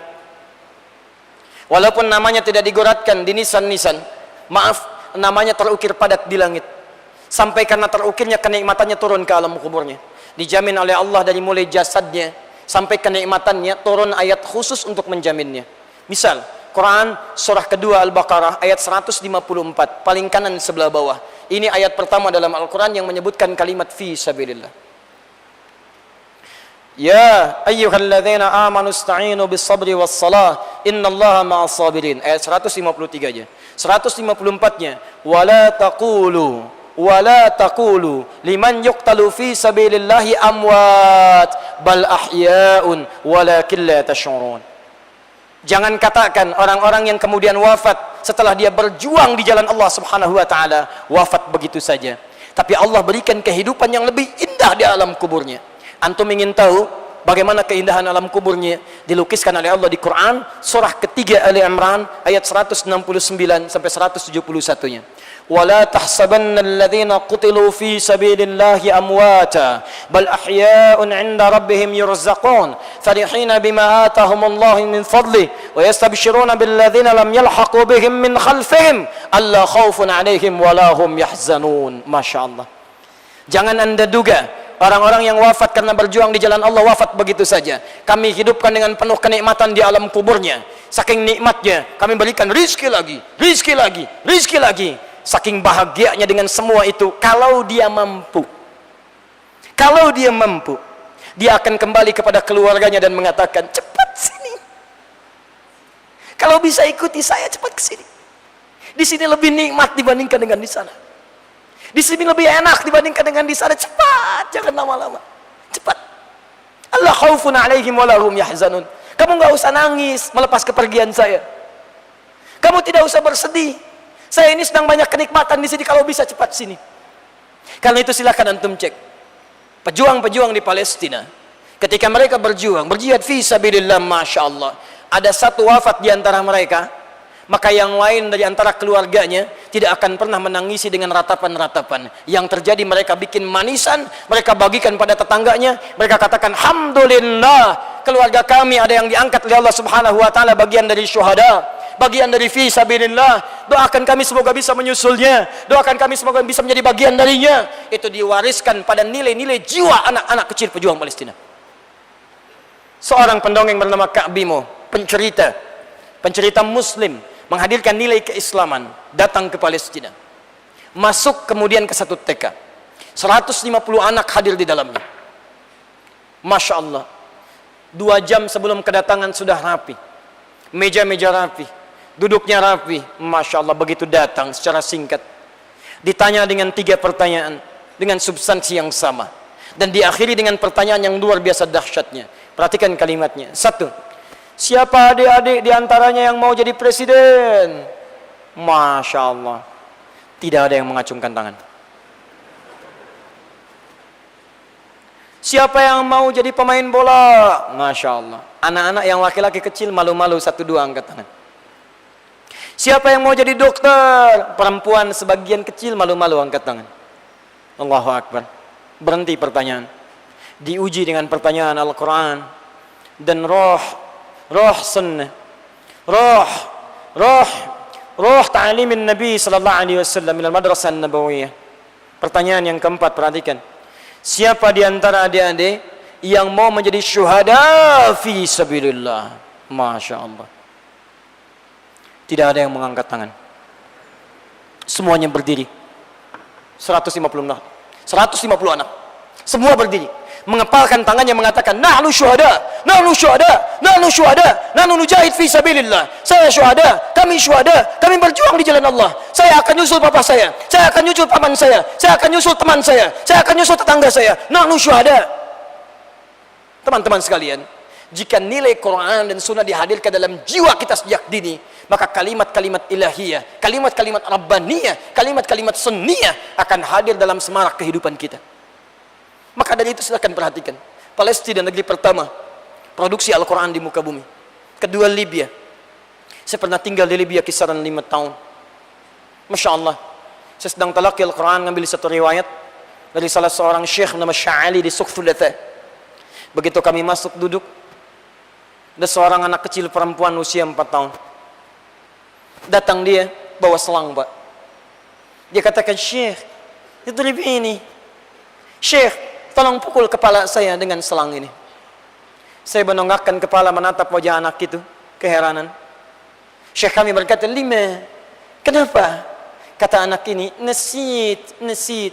Saya lupa, Syekh. Pikir anak ini, di kepala saya ada sumbatan. Tolong bebaskan sumbatan ini, pukul kepala saya dengan selang supaya lancar lagi. Anak usia 4 tahun, saking inginnya hafal Quran, minta dipukul kepalanya. Antum dikasih 40 tahun, sampai malam ini, untuk baca Quran saja belum bergerak. Antum butuh berapa tahun lagi untuk kembali pada Al-Quran? Anak 4 tahun, buta matanya, mau menghafal Quran. Antum yang matanya sehat, fisiknya kuat, 40 tahun, 50 tahun, 60 tahun, sampai dengan puluhan tahun diberikan. Sampai hari ini, belum mau sekedar untuk baca Al-Quran. Antum butuh berapa tahun lagi untuk bisa menghadirkan itu semua? Nomor 2 di dunia, Libya. Dari 5 juta penduduk, 1 juta penghafal Quran. 4 jutanya hafal sebagian setengah dan sebagainya. Taib, Palestina nomor 1. Rata-rata penghafal Quran. Kalau sudah hafal Quran, anak-anak kecil ini, Masya Allah, lihat kalimatnya. Penghafal Quran, kalau sudah bermain, ketika sedang bermain, tidak ada mainan lain, kecuali kadang-kadang mainan dari kayu-kayuan, kadang tembak-tembakan dari kayu-kayuan, datang drone dari Zionis, dari atas mengamati. Apa antum pikir mereka lari anak-anak kecil ini? Kalla. Mereka katakan, syuf, lihat di atas itu, nama saya sudah terukir di bom itu. Kata temannya, bukan kamu, tapi saya akan pulang duluan. Kata kawannya, bukan engkau, tapi saya akan susul paman saya duluan. Bayangkan para penghafal Quran, anak-anak kecil berebut untuk mendapatkan syuhada di hadapan Allah Subhanahu wa taala. Antum ada di mana? Anak-anak Palestina, kalau sudah hafal 30 juz, perhatikan candanya. Hadis At-Tirmidzi, nomor hadis 2915. Maaf, ketika insya Allah kita masuk surga, maka difirmankan kepada kita. Lihat kalimatnya. Iqra waqar, fa inna akhira qiraatika akhiru manzilatika. Bacakan Al-Quran yang biasa engkau bacakan di bumi, maka surga tempatmu itu adalah akhir bacaan Quranmu. Kata sebagian ulama, ada banyak orang yang saat itu menyesal. Masuk neraka menyesal, biarin. Masuk surga menyesal, itu yang aneh. Karena ketika ada orang naik membacakan wa ulaika humul muflihun, berhenti di situ, temannya naik sampai 10 ayat. Dia menyesal, ya Rabb, kenapa saya di bumi tidak sampai 10 ayat? Yang 10 ayat menyesal karena temannya sampai 20 ayat. Yang 20 ayat menyesal karena temannya sampai 2 juz. Yang 2 juz menyesal karena temannya sampai 30 juz. Perhatikan cara anak Palestina. Kalau sudah sampai 30 juz, maka dia akan katakan pada teman-temannya yang masih 19 juz, masih 15 juz, masih 20 juz, masih 10 juz. Perhatikan candanya. Nanti kalau saya sudah di atas, saya dadahin kamu ya. Antum ada di mana? Karena itulah teman-teman sekalian, jika memang tuntunan yang pertama, tuntutan bahkan yang pertama hadir dalam benak kita, maka disitulah peluang kita untuk mendapatkan kalimat fi sabilillah dengan nomor yang pertama. Dan surganya tidak main-main. Quran surah keempat An-Nisa ayat 69. Surganya level dengan 1 bersama para nabi, bersama siddiqin dan para solihin. Lihat kalimatnya. Wa may yuti'illaha wa rasula fa ulaika ma'al ladzina an'ama Allahu 'alaihim minan nabiyyin was-siddiqin wasyuhada was-salihin wa hasuna ulaika rafiqa. Siapa yang mau menaati Allah dan Rasulnya, maka kami akan berikan nikmat seperti orang dulu diberikan nikmat. Apa di antaranya? Kami kumpulkan di surga bersama para nabi. Siapa di antara mereka? Syuhada. Masya Allah. Salihin. Siddiqin. Ya Rab, ada orang masuk surga ditanya, surganya di mana? Surga A. Dengan siapa? Masya Allah. Samping kanan saya, Ustadz Fulan. Kiri saya, Syekh Fulan. Masya Allah. Depannya, Alim Fulan. Masya Allah. Belakangnya, Habib Fulan. Masya Allah. Luar biasa. Alhamdulillah. Kalau antum di mana? Saya surga X. Temannya siapa? Depan saya Nabi Ibrahim, belakang saya Nabi Musa, kiri saya Nabi Isa, kanan saya Nabi Muhammad sallallahu alaihi wasallam. Perhatikan kalimat Qurannya. Begitu menyebutkan kalimat syuhada, salihin, siddiqin, tinggal bersama para nabi. Bentuk nabinya menggunakan jamak mudzakkar salim, bukan jamak taksir. Nabiyin bukan anbiya. Kalau anbiya itu artinya para nabi, tapi bukan semua nabi, terbatas. Makanya ketika disebutkan surah ke-21 Al-Anbiya, bukan semua nabi dikisahkan, tapi hanya beberapa nabi. Tapi ketika orang ini masuk surga, kalimatnya bukan anbiya tapi nabiyyin. Ma'alladzina an'amallahu 'alaihim minan nabiyyin. Nabiyyin. Masya Allah. Satu. Nanti untuk Indonesia terakhir saja, karena saya mau gabungkan ketiganya. Dua. Awas teman-teman, saya ingin tunjukkan ya, termasuk saya berikan informasi kepada seluruh warga Indonesia, terkhusus yang muslim, atau Anda dimanapun berada. Ketika gelora dari Surabaya, yang kemudian dinobatkan 10 November sebagai Hari Pahlawan, kemudian markas pusatnya itu ada di Surabaya, saya ingin tunjukkan pada dunia, bahwa dari Surabaya, bukan hanya perjuangan melahirkan Indonesia, tapi semua para pejuang-pejuang yang muslim, tidak ingin kehilangan peluang menjadi syuhada. Ini. Rugi kalau cuma dapat dunia. Rugi demi Allah saya katakan. Makanya orang-orang Islam dulu tidak ingin kelihatan yang ini. Tidak ingin kehilangan peluang yang pertama ini. Apa kalimat pertama yang muncul di lisan-lisan para pejuang di Surabaya? Allahu Akbar, Allahu Akbar, Allahu Akbar. Lihat kesaksian para panglima dari tentara Gurkha ketika dibawa oleh British, kerajaan dari Britania, datang kemudian ke Nusantara, ingin menyerang, masuk lewat Surabaya, dibawa ribuan tentara Gurkha. Teman-teman, begitu mereka mau berusaha memerangi orang-orang yang ada di Nusantara, ternyata mendengar teriakan kalimat-kalimat takbir. Allahu Akbar, Allahu Akbar, Allahu Akbar. Demi Allah saya katakan, tercatat dalam sejarah, kalimat takbir Allahu Akbar bukan sekedar melintaskan keinginan untuk dinilai perjuangan sebagai jihad fi sabilillah, tercatat pahlawan di langit, tapi menggetarkan jiwa-jiwa mereka itu, sampai 600 pasukan diantara mereka desersi dari Gurkha, masuk kemudian bergabung dengan tentara muslim di Indonesia, berjuang melawan tentara Britania. Jadi setiap ada 10 November disebutkan Hari Pahlawan, ditunjuk orang Surabaya, itu mengingatkan antum. Kalau antum mesti mengembalikan lagi nilai-nilai keislaman dalam kehidupan kita. Jangan cuma jadi bangga, alhamdulillah 10 November. Dari mana? Saya warga Surabaya. Saya dari Surabaya. Demi Allah, tunjukkan, buktikan kepada Allah Subhanahu wa taala. Kalau memang antum yang dipilih, antum yang diingatkan, ada kalimat-kalimat takbir bersemayam dalam perjuangan itu. Ada kalimat la ilaha illallah yang menggerakkan nilai-nilai kebaikan, menggetarkan jiwa musuh itu. Maka kalau ada di antara penerus perjuangan para ulama dulu, perjuangan para generasi pahlawan dulu, dengan teriakan takbirnya, orang dulu berjuang, mau ke masjid berhadapan dengan musuh. Ke masjidnya susah, mau ke masjid mungkin ditembak, mau ke masjid dieksekusi. Tapi mereka teriakan takbir untuk menghadirkan masjid yang nyaman untuk antum tinggali sekarang.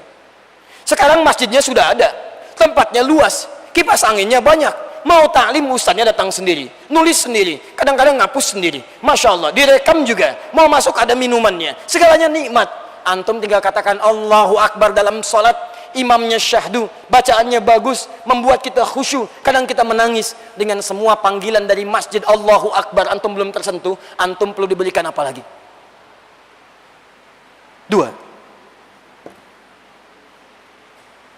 Jihad yang kedua, fi sabilillah, itu senilai dengan talabul ilmi. Jika tidak ada dalam bentuk yang pertama, maka bentuk yang kedua, talabul ilmi, tafaqquh fid din, itu nilainya dengan fi sabilillah setara. Dari mana dalilnya? Quran surah ke-9 At-Taubah ayat 122. Posisi paling kiri sebelah bawah. Perhatikan ayatnya. Wa ma kana al-mu'minuna liyanfiru kaffah falawla nafara min kulli firqatin minhum ta'ifah liyattafaqahu fid din wa liyunziru qaumahum idza raja'u ilaihim la'allahum yahdharun. Quran surah 9 At-Taubah ayat 122. Ayat ini turun merespon sikap sementara orang Islam yang termotivasi kuat untuk mendapatkan titel syuhada, pahlawan fi sabilillah, dengan kategori yang pertama, jihad fisik. Jadi saking semangatnya, itu kalau sudah ada panggilan jihad, sudah nggak mikir keadaan. Dikisahkan pernah ada seorang suami baru pulang dari pekerjaannya, sampai di rumahnya, dia mandi, kemudian setelah itu bersih dengan baik, disiapkan jamuan oleh istrinya.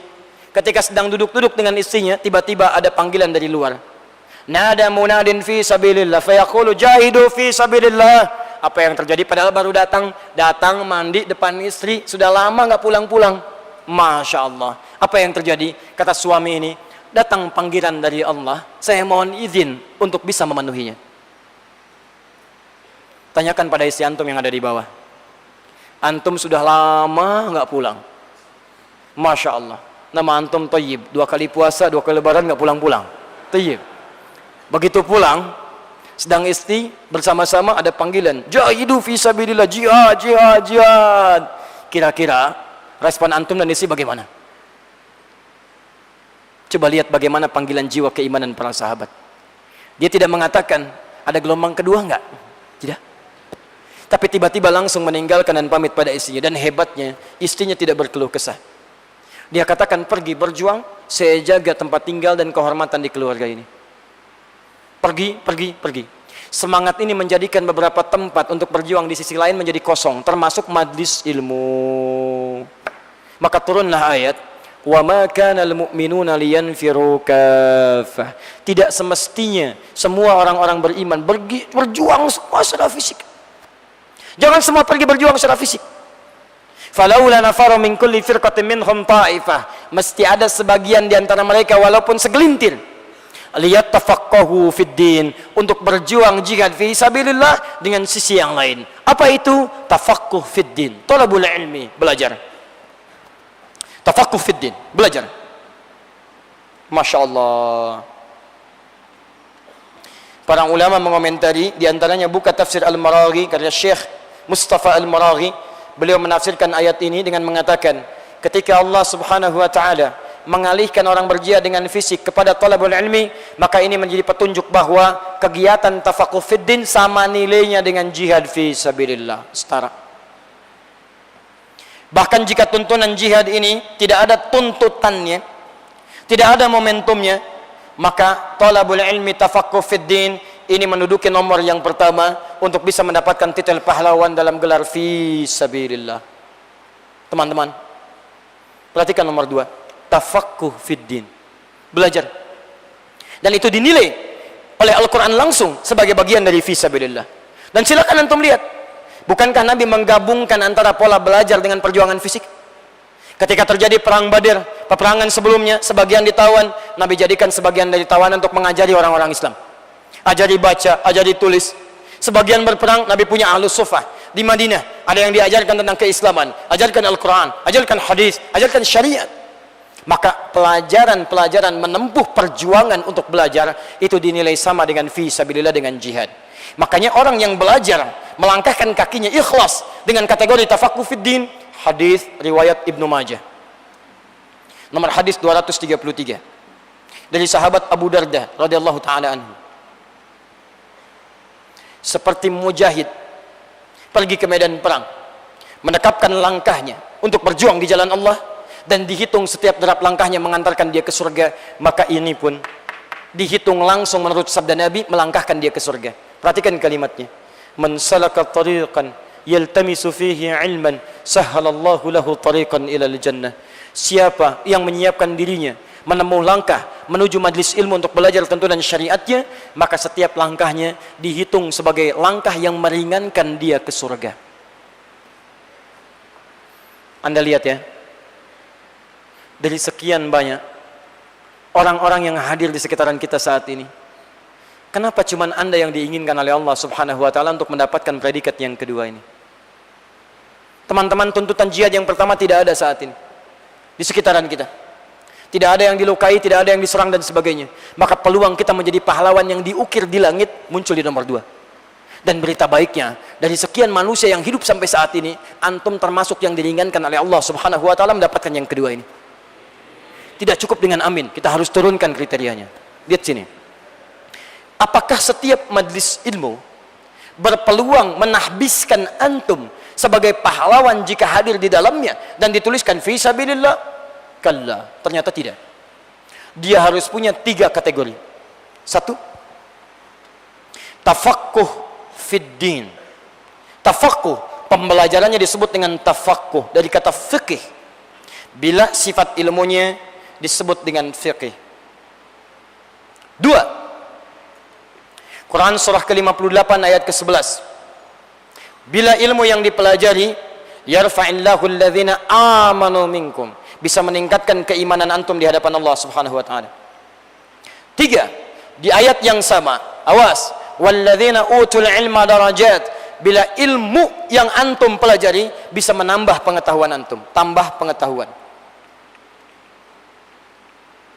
Dan semua dilakukan karena Allah Subhanahu wa taala. Quran surah 96 ayat yang pertama, Iqra bismi rabbik. Bukan bismil ustaz, bukan bismi aqua, bukan bismi snack, bukan bismi oleh-oleh, bismi rabbik, atas nama Rabbmu, karena Allah Subhanahu wa taala. Perhatikan sini baik-baik. 1, kalau antum mencari tempat untuk belajar yang dengan pelajaran itu bisa mengantarkan antum ke surga dan dituliskan antum sebagai pahlawan dalam ukiran Al-Quran dan Sunnah, tertulis kuat nanti dalam sisi Allah Subhanahu wa taala, syarat pertama fikih.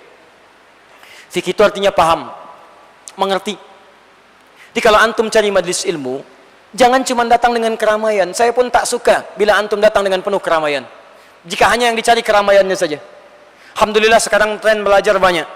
Di sini banyak, sini semangat, situ semangat, kita syukuri, alhamdulillah. Tapi harus kita arahkan pada hal yang bisa memahamkan tentang agama kita. Kalau antum datang ke majlis ilmu, maaf, pelajaran antum tidak memahamkan tentang ketentuan agama antum, ada yang salah di majlis itu. Contoh, maaf ya, saya agak bingung ini, gagal saya memahaminya. Dulu orang belajar usuluddin, semakin kuat pemahaman dinnya mengakar. Usul itu pokok, dasar. Din, ad-din. Berarti kalau belajar pokoknya, dasarnya kuat, akarnya, cengkeramannya kuat terhadap ad-din. Yang saya bingung, ada orang sekarang belajar usuluddin, begitu selesai tiba-tiba mengatakan semua agama sama, menuju Tuhan yang sama, cuman caranya beda-beda. Antum ngapain aja selama 4 tahun belajar? Capek-capek berangkat. Yang paling aneh, belajar usuluddin yang tidak ke tempat yang tidak mengenal agama. Belajar usuluddin, dasar-dasar din, dasar keislaman, ke tempat orang yang tidak berislam, kan aneh. Bagaimana antum belajar agama jadi ke McGill? Belajar agama ke Leiden? Belajar agama keluar ke tempat-tempat di orientalis yang tidak pernah mengajarkan keislaman, sholat juga tidak, syahadat juga tidak, baca Quran juga tidak. Antum belajar tentang keislaman, apa yang antum dapatkan dari situ? Makanya kadang pulang-pulang ke tanah air pada konslet. Beda kalimatnya. Disebutkan di hadis riwayat Muslim, nomor hadis ke-111, jilid yang pertama, bab yang keempat, hadis yang ke-6, posisi paling kiri sebelah atas. Riwayat sahabat Abu Hurairah radhiyallahu taala anhu. Disebut oleh Nabi, ada manusia paling aneh di muka bumi di akhir-akhir masa. Sayati alaikum zamanun. Ada riwayat yang mengatakan sayati fi akhir ummati dajjaluna kadzabun. Akan muncul di akhir masa nanti orang-orang pintar yang banyak berdusta. Dustanya bukan masalah bisnis. Kalau dusta masalah bisnis, orang jahiliyah sudah jagoan. Makanya turun ayat wailul lil mutaffifin, celaka orang curang. Jadi kalau antum pengusaha, pebisnis pengen ikutan curang, antum terlambat. Antum keduluan sama orang jahiliyah. Maaf, kalau bohongnya cuma urusan kedudukan, sudah ada yang jagoan dari dulu. Bahkan kata-katanya kasar, kedudukannya tinggi, namanya Fir'aun. Jadi kalau antum punya kedudukan, pengen ikutan sombong, ikutan kasar, antum terlambat. Sudah keduluan, namanya Fir'aun. Teman-teman sekalian, dustanya bukan urusan dunia. Yuhaddithunakum bima lam tasma'uhu wa la yasma'unahu aba'ukum. Mereka banyak berbicara masalah agama, berbicara pada anda yang bisa membuat anda kaget. Jangankan anda, orang dulu pun kalau mendengar, itu sama-sama ikutan kaget. Orang jahiliyah, sebodoh-bodohnya jahiliyah, datang menghadap Nabi, dia katakan, utusan mereka, ya Muhammad sallallahu alaihi wasallam, kita memang beda. Tapi jangan sampai perbedaan ini membuat kita bermusuhan. Malam ini kami biarlah menyembah Tuhan kamu, besok pagi kamu nyembah Tuhan kami. Mereka katakan kita memang beda. Turun satu surah Al-Kafirun, Qul ya ayyuhal kafirun. Sebodoh-bodohnya orang jahiliyah masih tahu ada perbedaan dalam keyakinan, kita memang beda.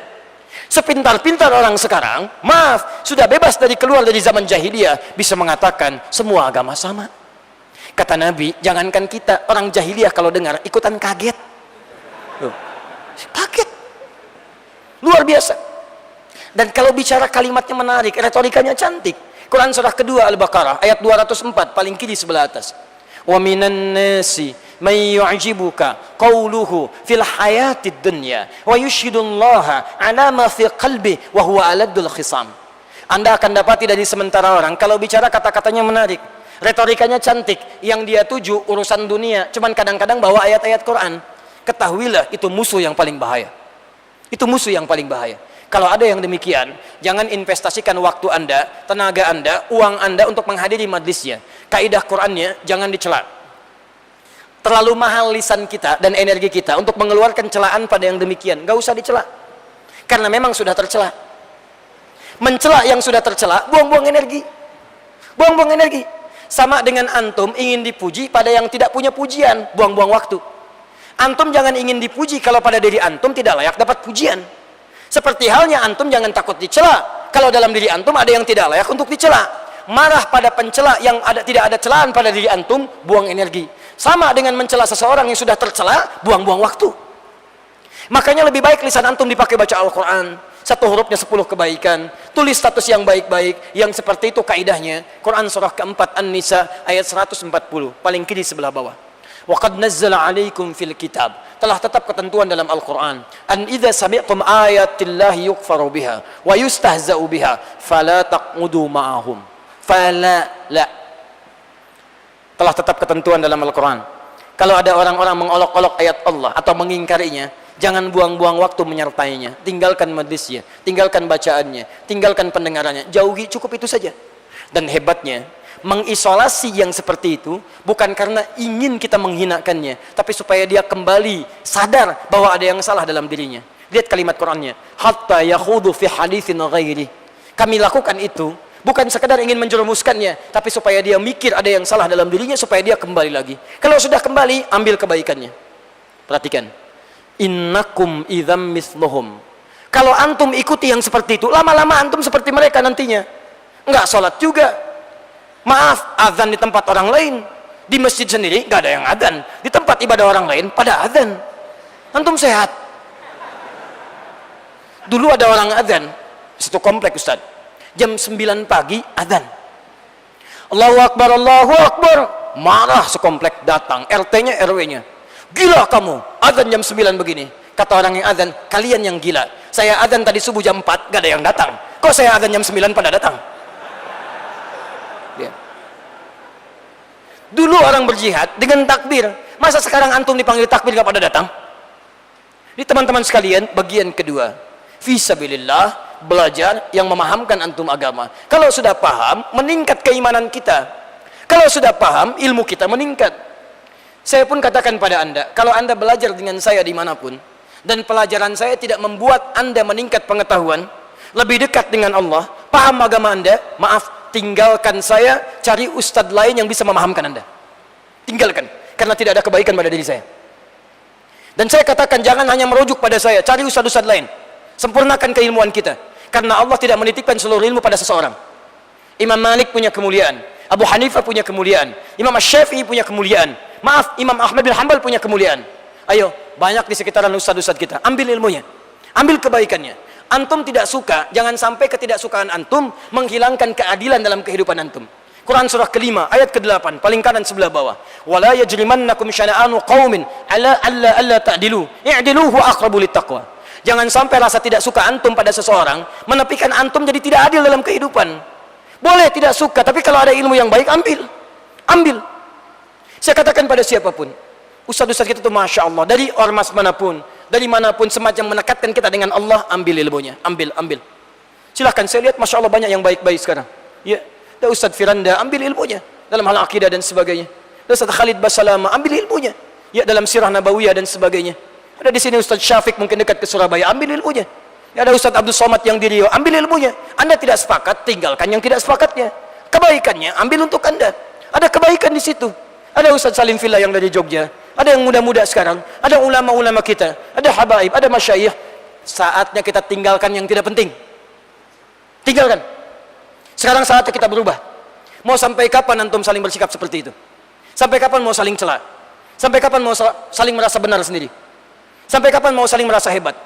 Yang paling gampang, ambil semua kebaikan. Jika tidak sepakat, tinggalkan. Ukurannya 2, sesuai Al-Quran, sesuai sunnah, ambil. Tidak sesuai, antum boleh tinggalkan. Jelas sampai sini? Termasuk saya, Sekali lagi, jika pelajaran saya tidak menghadirkan ketakwaan dalam pandangan Allah, tinggalkan saya, ambil kemudian ustadz-ustadz lain yang bermanfaat, dan jauhi sikap yang tidak bermanfaat. Ini kadang-kadang aneh, sudah antum tidak suka, diikutin juga, setelah itu antum mencela. Aneh itu. Demi Allah saya katakan aneh, mungkin antum terlampau lelah di situ. Ya. Jelas ya? Taib. Terakhir, sampai jam berapa Ustaz? Masih ya, alhamdulillah. Kalau sudah senyum masih ada kesempatan ya. Taib. Terakhir adalah infak. Infak. Karena itu ketika menyebutkan infak dalam Al-Quran, kadang disandingkan dengan fi sabilillah. Jihad fisik, jihad menggunakan ilmu, jihad menggunakan harta. Quran surah kedua ayat 261, paling kiri sebelah atas. Mathalul ladzina yunfiquna fi sabilillah, mathalul ladzina yunfiquna amwalahum fi sabilillah, kamathali habbatin ambatat sab'a sanabil fi kulli sumbulatin mi'atu habbah wallahu yudha'ifu liman yasha' wallahu wasi'un alim. Perhatikan ketika Allah menyebutkan infak disandingkan dengan sabilillah. Mathalul ladzina yunfiquna amwalahum fi sabilillah. Kalau Anda tidak bisa berjuang dengan fisik, tidak punya waktu untuk belajar pengetahuannya, maka coba lihat, barangkali Allah menitipkan nikmat yang lain yang dengan nikmat itu bisa mengantarkan Anda ke surga. Apa di antara nikmat itu? Harta. Bagaimana harta bisa mengantarkan ke surga? Quran surah ke-28 ayat ke-77, paling kiri sebelah bawah. Ayat ini turun untuk meluruskan sikap Qarun dan jadi inspirasi untuk orang setelahnya. Lihat kalimatnya. Wabtaghi fima atakallahu daral akhirah wa la tansa nasibaka minad dunya. Kata Quran, "Hei Qarun." Qarun itu Pak, Bu, orang paling kaya. Mungkin sebumi ya. Karena sampai sekarang hartanya pun masih dicari. Mau kemana Pak? Ke samudra. Nyari apa? Harta karun. Masya Allah. Tuh, saking kayanya. Mau tahu ukuran kekayaannya? Ayat 76-nya. Inna Qaruna kana min qaumi Musa. Qarun itu termasuk kaumnya Musa. Fabagha alaihim. Sombongnya luar biasa. Kalau bagha, sombong pakai harta. Togha, sombong dengan kedudukan. Makanya ketika Fir'aun sombong, disebutnya togha. Idzab ila Fir'auna innahu togha, bukan bagha. Bagha, sombong dengan harta. Cuman Fir'aun dan Qarun tinggal sezaman. Penguasa zalim berpartner dengan pengusaha hitam. Lihat baik-baik, nabinya pun dua, Musa dan Harun. Fokus pada Qarun. Wa inna mafatihahu latanu'u bil usbah. Ini bagian terakhir dari bahasan kita. Kalau Anda mau tahu, kata Quran, kunci-kunci berangkasnya saja itu tidak sanggup dipikul oleh para bodyguard yang jalan di belakangnya. Di Qarun ini, kalau jalan kemana-mana, belakangnya ada bodyguard. Bodyguard tugasnya bukan sekadar jaga Qarun, tugas utamanya ngangkat kunci berangkasnya Qarun, kunci gudangnya. Di kata Quran, kunci berangkasnya jadi diangkat bodyguard terkuat di zamannya, kelelahan ngangkatnya. Saya tanya antum dah, kalau antum punya berangkas, satu berangkas, kuncinya dipublikasikan atau antum sembunyikan?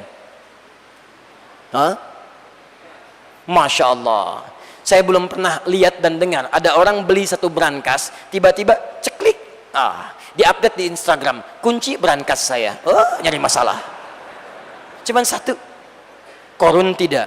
Saking banyaknya hartanya, jalan nggak nulis status, kuncinya dibawa sekalian. Dia tunjukkan, nih saya kaya. Saking kayanya, ngangkat kuncinya aja berat. Kalau mau ngambil aja. Ini aja susah nyari kuncinya. Ini aja ngangkat kuncinya susah, ente mau ngambil aja. Saking kayanya Qarun, kaya sombong. Jadi kalau ada orang merasa kaya sekarang, pengen ikutan sombong, dia telat. Dan keterlaluan karena kekayaan dia tidak seperti Qarun. Dia pengen ikutan sombong, sampaikan, maaf Pak, Bapak telat. Masya Allah. Dulu nggak punya motor, ke masjid jalan kaki, jalan. Kompleknya dekat, begitu punya motor, muter dulu. Assalamualaikum akhi, ayo ke masjid. Masya Allah. Kasih tahu, akhi, ya antum telat. Afwan teman-teman, kembalikan. Ketika disebutkan kalimat meluruskan Qarun, katakan, Wabtaghi fima ataqallahu daral akhirah. Kata Allah, Qarun, saya kasih kamu harta bukan buat sombong. Saya kasih kamu harta itu supaya dengan harta itu mencari kemuliaan akhirat kamu. Jadi ada orang-orang yang dititipkan oleh Allah bukan kekuatan fisik, bukan kekuatan pengetahuan, tapi kekuatan harta. Harta itu mesti mengantarkan dia ke surga. Bagaimana caranya? Jadilah pahlawan yang dituliskan nanti di pintu langit. Bagaimana caranya? 1, infak. Makanya orang dulu di masa Nabi yang punya harta kekayaan, Abu Bakar As-Siddiq radhiyallahu taala anhu, Utsman bin Affan radhiyallahu taala anhu, sebagian dari sahabat Abdurrahman bin Auf, kemudian ada Umar bin Khattab. Demi Allah saya katakan, mereka bukan cuma dengan harta dan raganya, bukan cuma dengan jiwanya, tapi seluruh hartanya didedikasikan untuk kepentingan syiar fi sabilillah. Lihat sini. Satu kali kita mau berakhir, Nabi sedang mengajak untuk berinfak. Karena orang-orang sudah mulai sibuk dengan urusan dunia, untuk pertanian macam-macam. Sampai turun ayat Al-Baqarah ayat 195. Wa anfiqu fi sabilillahi wa la tulqu bi aydikum ila tahlukah. Kata Allah, orang infak. Jangan sibuk dengan dunia, jangan hancurkan hartamu. Nanti kalau sudah diwafatkan pengen balik lagi nanti ke dunia. Quran surah Al-Munafiqun. Quran surah ke-63 ayat 9 itu sampai dengan 10-nya. Fa asaddaqa wa akum minas salihin. Beri kesempatan ya Rabb, saya pengen balik lagi. Turun ayat, Masya Allah. Begitu turun ayat itu, Nabi katakan ayo berinfak, semua berinfak, infak. Tiba-tiba datang Umar bin Khattab radhiyallahu taala anhu. Kata Umar, ya Rasulullah, berapa yang dibutuhkan? Kata Nabi, sekian. Masya Allah. Kemudian berapa kurangnya? Sekian. Kata Umar, ambil setengah harta saya. Didahului oleh Utsman sepertiga hartanya, Umar kemudian setengah hartanya. Tiba-tiba orang berkata, Masya Allah, Umar berinfak setengah hartanya. Umar pejuang, Umar sahabat, Umar Masya Allah yang dalam kuburnya bersanding dengan Nabi SAW. Bukan dengan tenaganya saja, tapi dengan hartanya dikeluarkan. Yang paling hebat, tiba-tiba ada bisik-bisik seorang datang kepada Nabi tanpa diketahui orang banyak mengatakan, ya Rasulullah, berapa sahabat fulan berinfak? Setengah hartanya. Kata Abu Bakar, saya seluruh harta saya. Kata Nabi, wa madza tarakta li ahlik? Beliau jawab, Allah wa rasulahu. Saya infakkan seluruh harta saya. Apa yang kamu tinggalkan untuk keluarga kamu? Kata sahabat Abu Bakar radhiyallahu taala anhu, saya tinggalkan Allah dan Rasulnya. Sahabat mulia, digenggam tangannya oleh Nabi. Kata beliau, Abu Bakar adalah saudara saya. Huwa akhi. Siapa yang menyakiti saudara saya, maka dia telah menyakiti saya. Teman-teman sekalian, sahabat Nabi, dekat dengan Nabi, hijrah menemani Nabi, di alam kubur bersama Nabi. Ketika muncul panggilan untuk berinfak dalam jihad, dia keluarkan seluruh hartanya. Coba bandingkan dengan antum. Sahabat Nabi bukan, mertua Nabi bukan, di kubur tidak bersama Nabi, hidup tidak melihat Nabi, di surga belum tentu ada jaminan bersama Nabi, dititipkan oleh Allah harta yang luar biasa, belum tergerak antum untuk mendapatkan kemuliaan itu. Karena itu saya akhiri, manhaj inilah yang ingin saya tutup mengakhiri kajian kita untuk materi malam ini, yang digunakan oleh para pahlawan kita di Indonesia sampai lahirnya Indonesia. Bagaimana kemudian runtutannya? Ini yang ingin saya tutup. Perhatikan baik-baik. Senin 17 Juli, Senin Kliwon, tahun 1905. Kisah ini bisa ditemukan di dalam buku tadi Api Sejarah, halaman 347. Jilid yang pertama, warnanya hitam. Terbitan Salam Madani, posisi paling kanan di sebelah bawah. Berkumpullah kemudian 4 orang ulama dari kalangan Sayyid, termasuk mereka keturunan Nabi SAW, di Tanah Abang dan Krukut. Ada Sayyid Sahan, ada Sayyid Abdurrahman Al-Fakhir, dan yang lainnya. Mereka kemudian berkumpul merumuskan, kita ini berjuang terpecah-pecah walaupun fi sabilillah. Sampai saat ini belum bisa mengatasi penjajahan Belanda. Itu tahun 1905. Kurang lebih sudah 300 tahun, kurang lebih. Ya, Belanda hadir kemudian menjajah Nusantara, belum terwujud kemerdekaan yang diinginkan. Berkumpullah kemudian para ulama di sana. Kemudian dirumuskan kita mesti berubah. Dilihat, diamati apa yang kurang di kita. Ternyata perjuangan dulu itu pecah-pecah. Ada yang berjuang dengan fisik saja, Ada yang berjuang dengan ilmu saja, ada yang berjuang dengan harta saja. Maka dikumpulkanlah pertemuan itu untuk mengumpulkan seluruh sinergi muslim di Nusantara dengan 3 aspek ini. Maka dihadirkanlah undangan, dibentuklah Jamiatul Khair pada hari Senin Kliwon 17 Juli tahun 1905, bertepatan dengan 13 Jumadal Ula. Di bukunya tertulis keliru 13 Jumadil Awal, yang benar Jumadal Ula tahun 1323 Hijriah. Maka diundanglah kemudian para ulama, termasuk datang dari Yogyakarta Syekh Ahmad Dahlan atau Muhammad Darwis.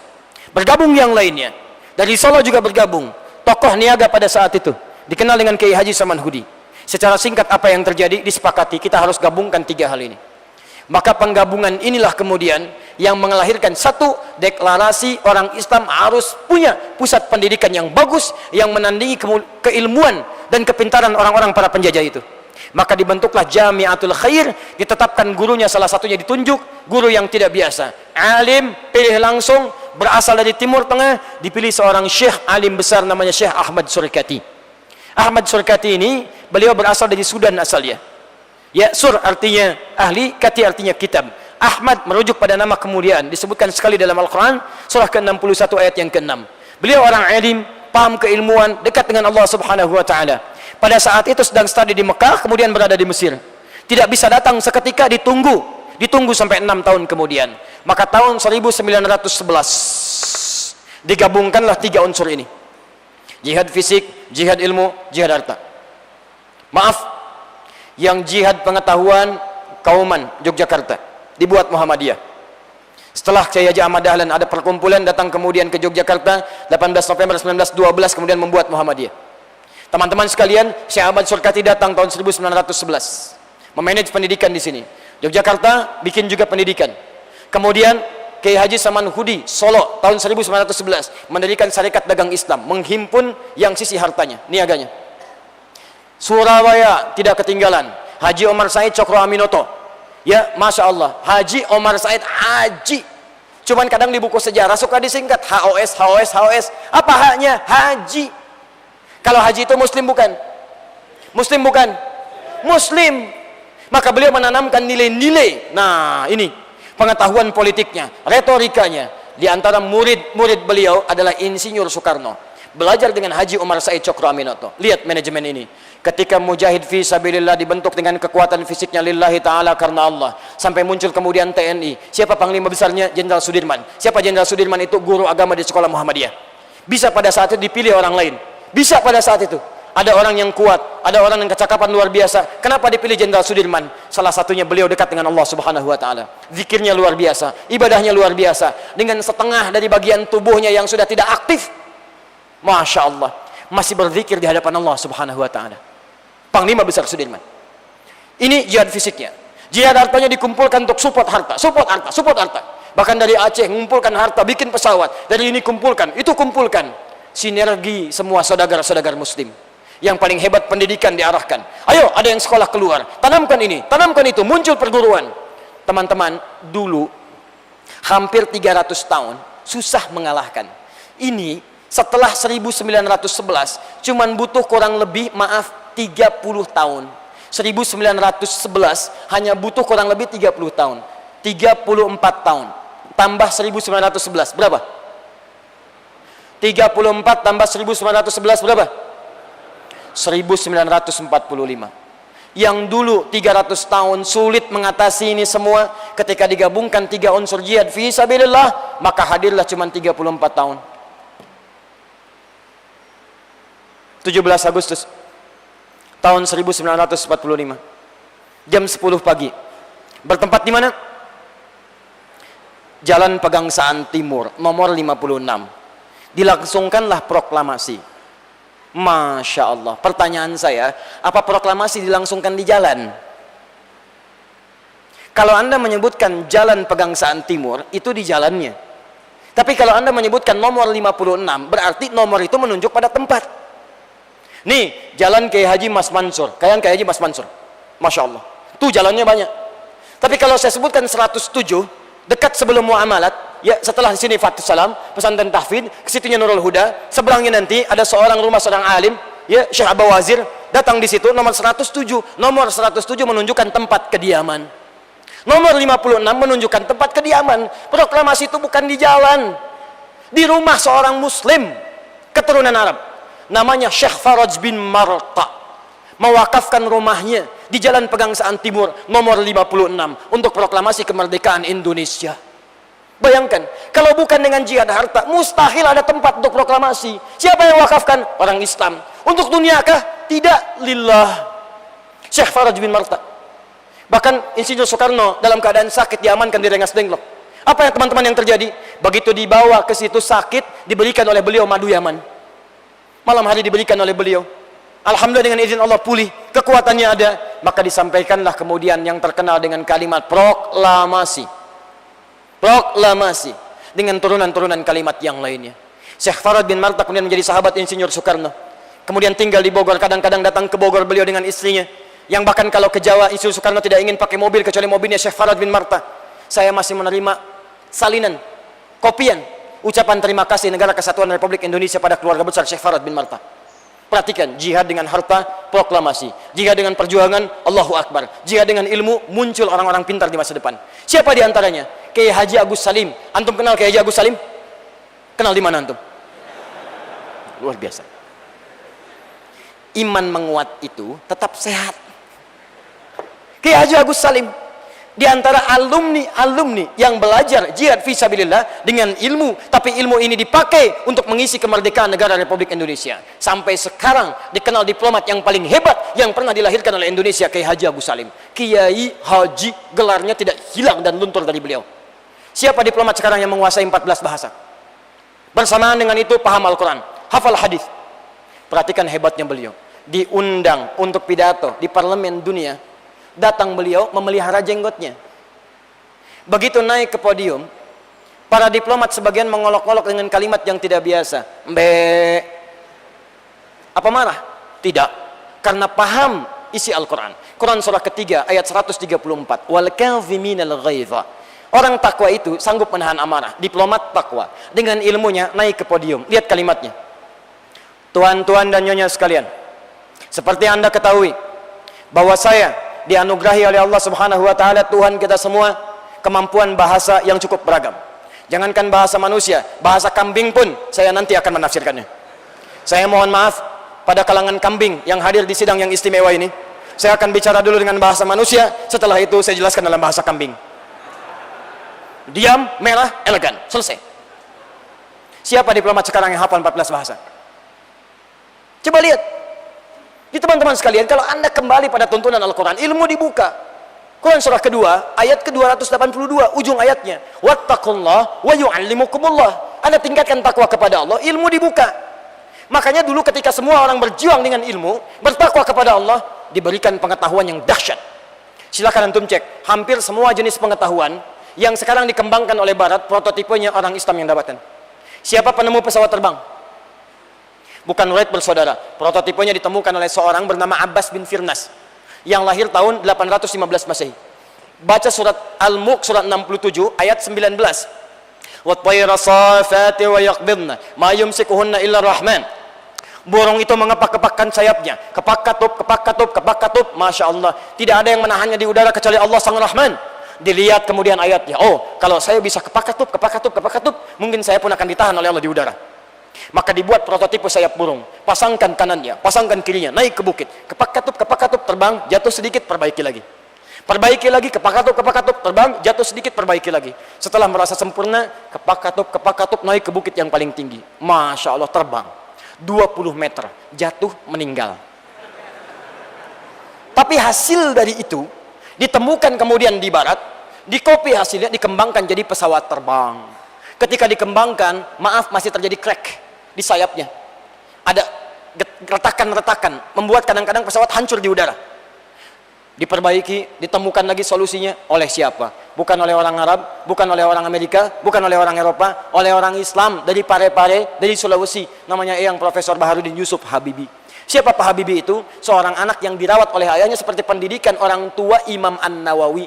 Sampai Habibie kecil punya sifat seperti Imam An-Nawawi, senang belajar, jarang suka bermain. Imam An-Nawawi diajak main, susah. Pak Habibie diajak main, dipaksa keluar lewat pintu, masuk lagi lewat jendela. Silakan lihat, semua ilmu berkembang. Siapa yang menemukan misalnya, mohon maaf, teori-teori yang sangat indah. Ada Einstein punya teori relativitas ditemukan lebih dulu oleh Avicenna dalam kitab Al-Basairnya. Ketika mengamati surah Al-Ma'arij dengan Quran surah 32 ayat kelima, mengamati malaikat naik turun ke bumi, naik turun dengan kecepatan cahaya. Ditemukan kitabnya, dibaca. Jadi bahkan teori musik yang ada saat ini itu asalnya musik sudah ada zaman jahiliyah. Ilmunya arud 16 bahar. Rumusnya ada tawil, ada rojas, ada bahar madid. Tawilun lahudun al-buhuri fadailu, fa'ilun mafa'ilun, fa'ilun mafa'ilu. Rajat mustaf'ilun, mustaf'ilun, mustaf'ilun, mustaf'ilun, mustaf'ilun, mustaf'ilun. Hebatnya orang jahiliyah, lihat semua hal bisa bikin puisi, bikin syair. Al-Asma'i lihat burung bulbul, bikin syair. Sautus safiril bulbuli, hayyaja qalbi thamili. Al-ma'u wa zahru ma'a zahri lahdhil muqali. Fa anta ya sayyidali wa sayyidi wa maulali, fakam tayyumuni ghazailun uqaiqali. Qatabtu min wajatin fi hadha ar-rajuli faqala la la la la faqad ghada muharwili wal walad wali ya wailali faqultu la tuwalwili fabaidul lu'ali qala tauhina kada kahatan kakailali tatabuli. Tuh, paham enggak? Jangankan antum, saya pun tidak. Tapi kalimatnya indah. Lihat, datang masa Islam, rumus-rumus tadi tiba-tiba berubah, dialihkan kepada rumus belajar agama. Maka muncul alfiyah. Dari mulai alfiyahnya Ibnu Malik, kalamuna lafdun mufidun kastaqim wasfun mafilun thumma harfunil kalim wahidu kalimatun wal qawlu wa kalimatun biha kalamun qad yu'am bil jarri wat tanwini wan nida wa al wa musadinil ismi tamyizul hasal bitafa'alti atat wa ya if'alli wa nunik balanna fi'lan jalli. Ada alfiyahnya Suyuti dalam ilmu hadis, ada kemudian alfiyah dibentuk dalam qiraat sabah, ada semua keilmuan. Begitu Quran ditinggalkan, hadis ditinggalkan, kembali lagi ke musik. Berubah jadi diambil barat, dikopi, dipaste jadi apa? CDF GABC, GBC DFIS G, DFIS G ABCIS D, ABCIS D FIS A, FIS ABCIS DIS E, BCIS DIS F FIS AIS B, FIS AIS BCIS DIS AIS FIS, FIS AIS BCIS AIS BIS CIS. Ada gitar, ada piano, ada macam-macam. Kita wajib kembali berjihad untuk mengembalikan pengetahuan kita. Ayo, pilihan antum tidak ada yang lain kecuali kembali kepada spirit Al-Quran, spirit tuntunan Nabi, dan terapkan dalam pelajaran kita. Antum silahkan jadi geologis, silahkan jadi ahli astronomi, silahkan ahli fisika, silahkan. Tapi kita menambahkan ahli fisika yang ahli Al-Quran, dokter ahli Quran, tentara ahli Quran, polisi ahli Quran. Jika semua itu sudah terjadi, kita tunjukkan pada dunia. Dari Surabaya 10 November, Hari Pahlawan, kita butuh pahlawan langit, tidak sekedar pahlawan dunia. Jika itu terjadi, iman dan takwa hadir, maka Allah janjikan akan dibuka semua keberkahan pintu langit dan bumi. Quran surah ke-7 ayat 96. Walau anna ahlal qura amanu wattaqau la fatahna 'alaihim barakatin minas sama'i wal ard. Kalau ada satu penduduk negeri mau meningkatkan iman dan takwa kepada Allah, kami akan buka semua pintu keberkahan di langit dan bumi. Maka dari Surabaya 10 November, Hari Pahlawan, saya ingin mengajak pada kita semua. Mari kita tingkatkan iman dan takwa. Kita ikuti teladan dari pahlawan-pahlawan kita, baik dari maha-guru kita yang tengah mengajarkan nilai-nilai keislaman sampai hari ini, yang kemudian menjadi tokoh-tokoh, ada di Al-Irsyad, alhamdulillah, ada di Muhammadiyah, ada di NU, ada di Persis. Saya sarankan kepada antum, kalaupun gabung semua ini, mari kita sinergi, bersatu kita, ambil semua kelebihan-kelebihannya. Kemudian ada perjuangan dengan harta, ayo sinergi. Kita saatnya sekarang muncul menjadi saudagar-saudagar muslim di negeri sendiri. Ayo antum yang pengusaha, kenapa antum tidak kumpul dengan sesama pengusaha? Keluarkan bab usaha dalam Al-Quran. Di hadis Nabi, kumpulkan, tilawahi, dan praktekkan. Butuh beras, beri ke orang Islam. Butuh pakaian, beri ke orang Islam. Butuh kopi, beri ke orang Islam. Macam-macam. Butuh teh, beri ke orang Islam. Jadi dengan itu semua, insya Allah kita akan maju, negara kita juga akan maju, dan insya Allah kita ada dalam kebaikan. Kita songsong Indonesia yang lebih baik, kita kirim pesan dari Surabaya, bahwa Indonesia harus lebih maju, Indonesia harus pintar, dan di antara syarat semua itu, kita tuliskan nama kita di langit, dengan kepahlawanan fi sabilillah. Siap insya Allah? Siap insya Allah? Takbir!